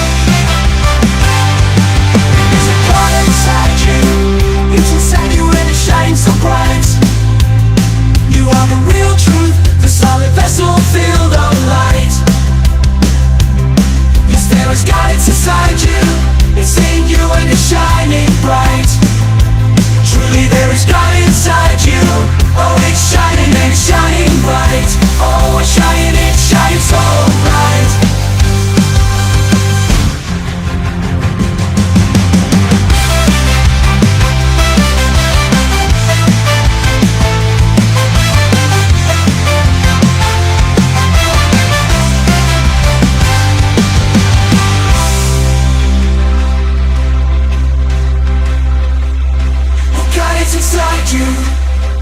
It's inside you and it's shining so bright. I want to see it, I want to see that light. That bright, bright light. It's shining and it's shining so, so bright. You've always been true and now God is awake inside you. You found the light and now you shine so, so bright.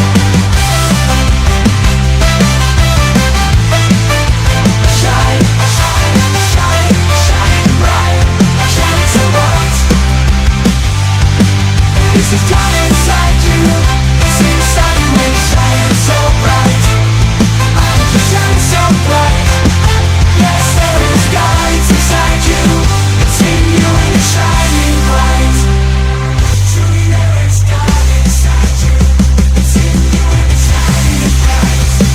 Truly there is God inside you. It's in you and it's shining bright. Truly there is God inside you.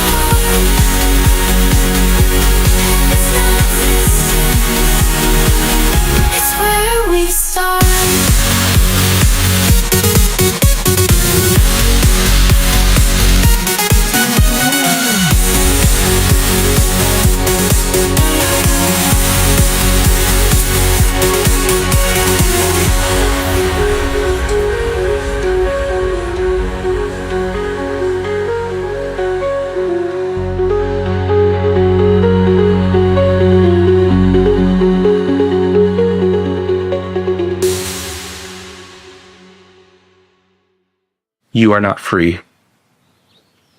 And this reality has far more to it than you have been allowed to believe. And God is real.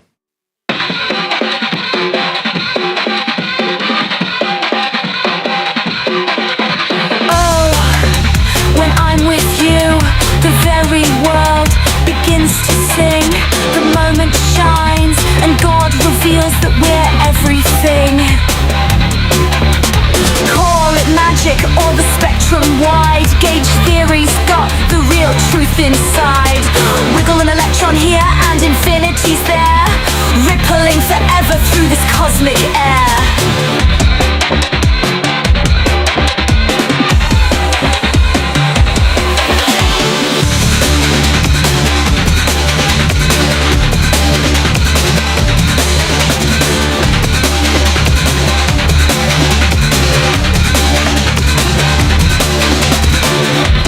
Hold me close as we light this fire.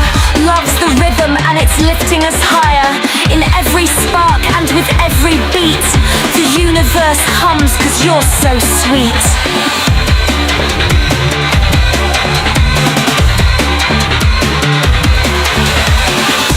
Turns out everything matters and it's all in the one flow, holding us from our core. It's the one thing we know.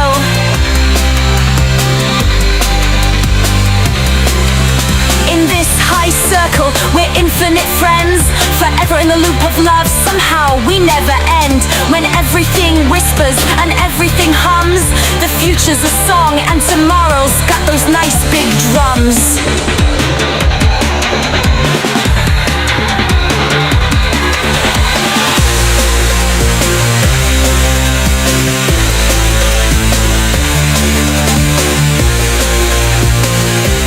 Future's a song and tomorrow, and tomorrow, and tomorrow's got those nice big drums.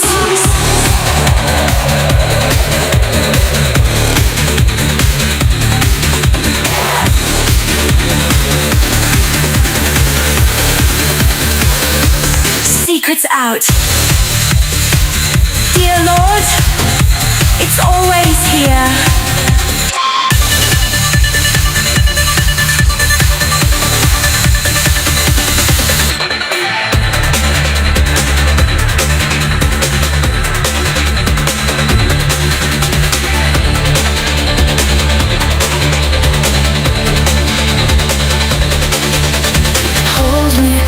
As we light this fire, love's the rhythm and it's lifting us higher.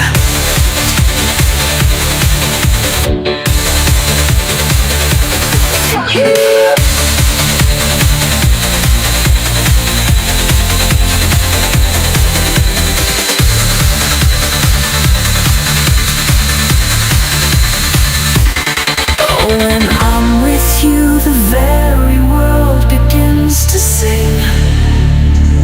The moment shines and God reveals that we're everything.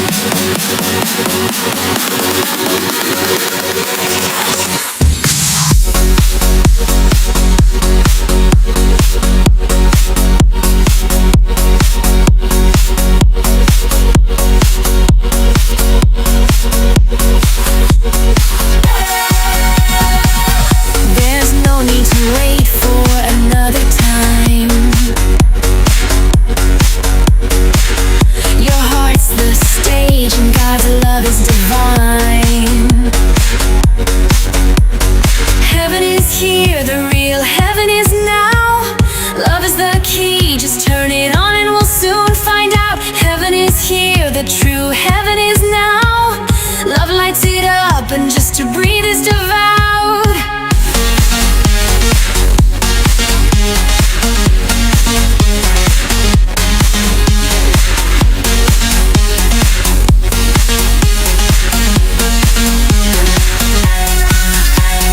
Heaven is here, the real heaven is now.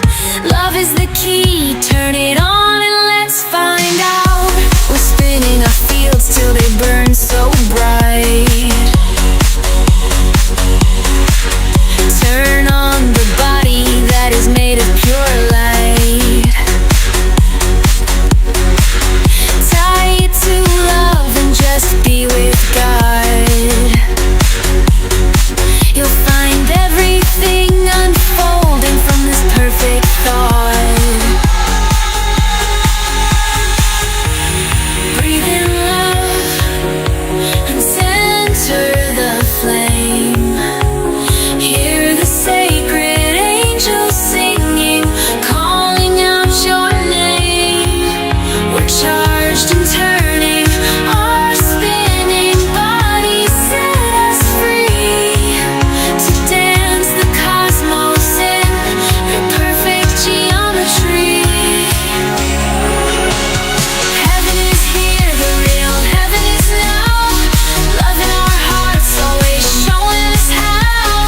Heaven is here, the true heaven is now. Love is the key as we sing it out.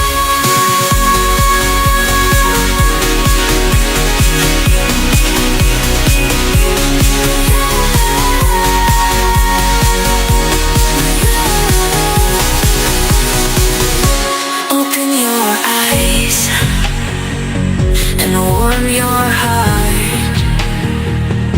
Heaven's not distant, it's where we start.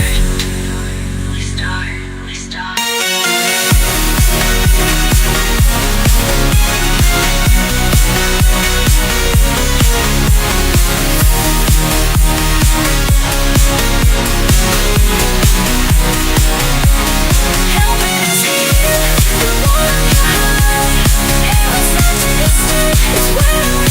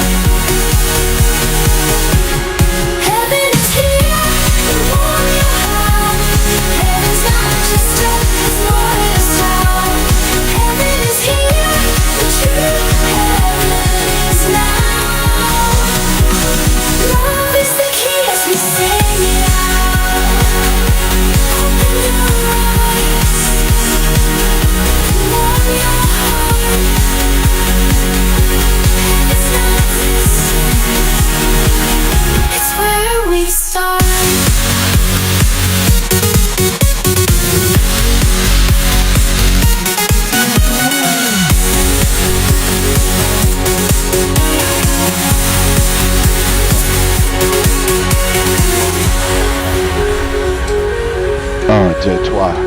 One more, mes amis. One more, mes amis. If you haven't already shook it on the dance floor. If you haven't already shook it on the dance floor, now's the time to do that shaking. You're baking one more. Here we go, kids.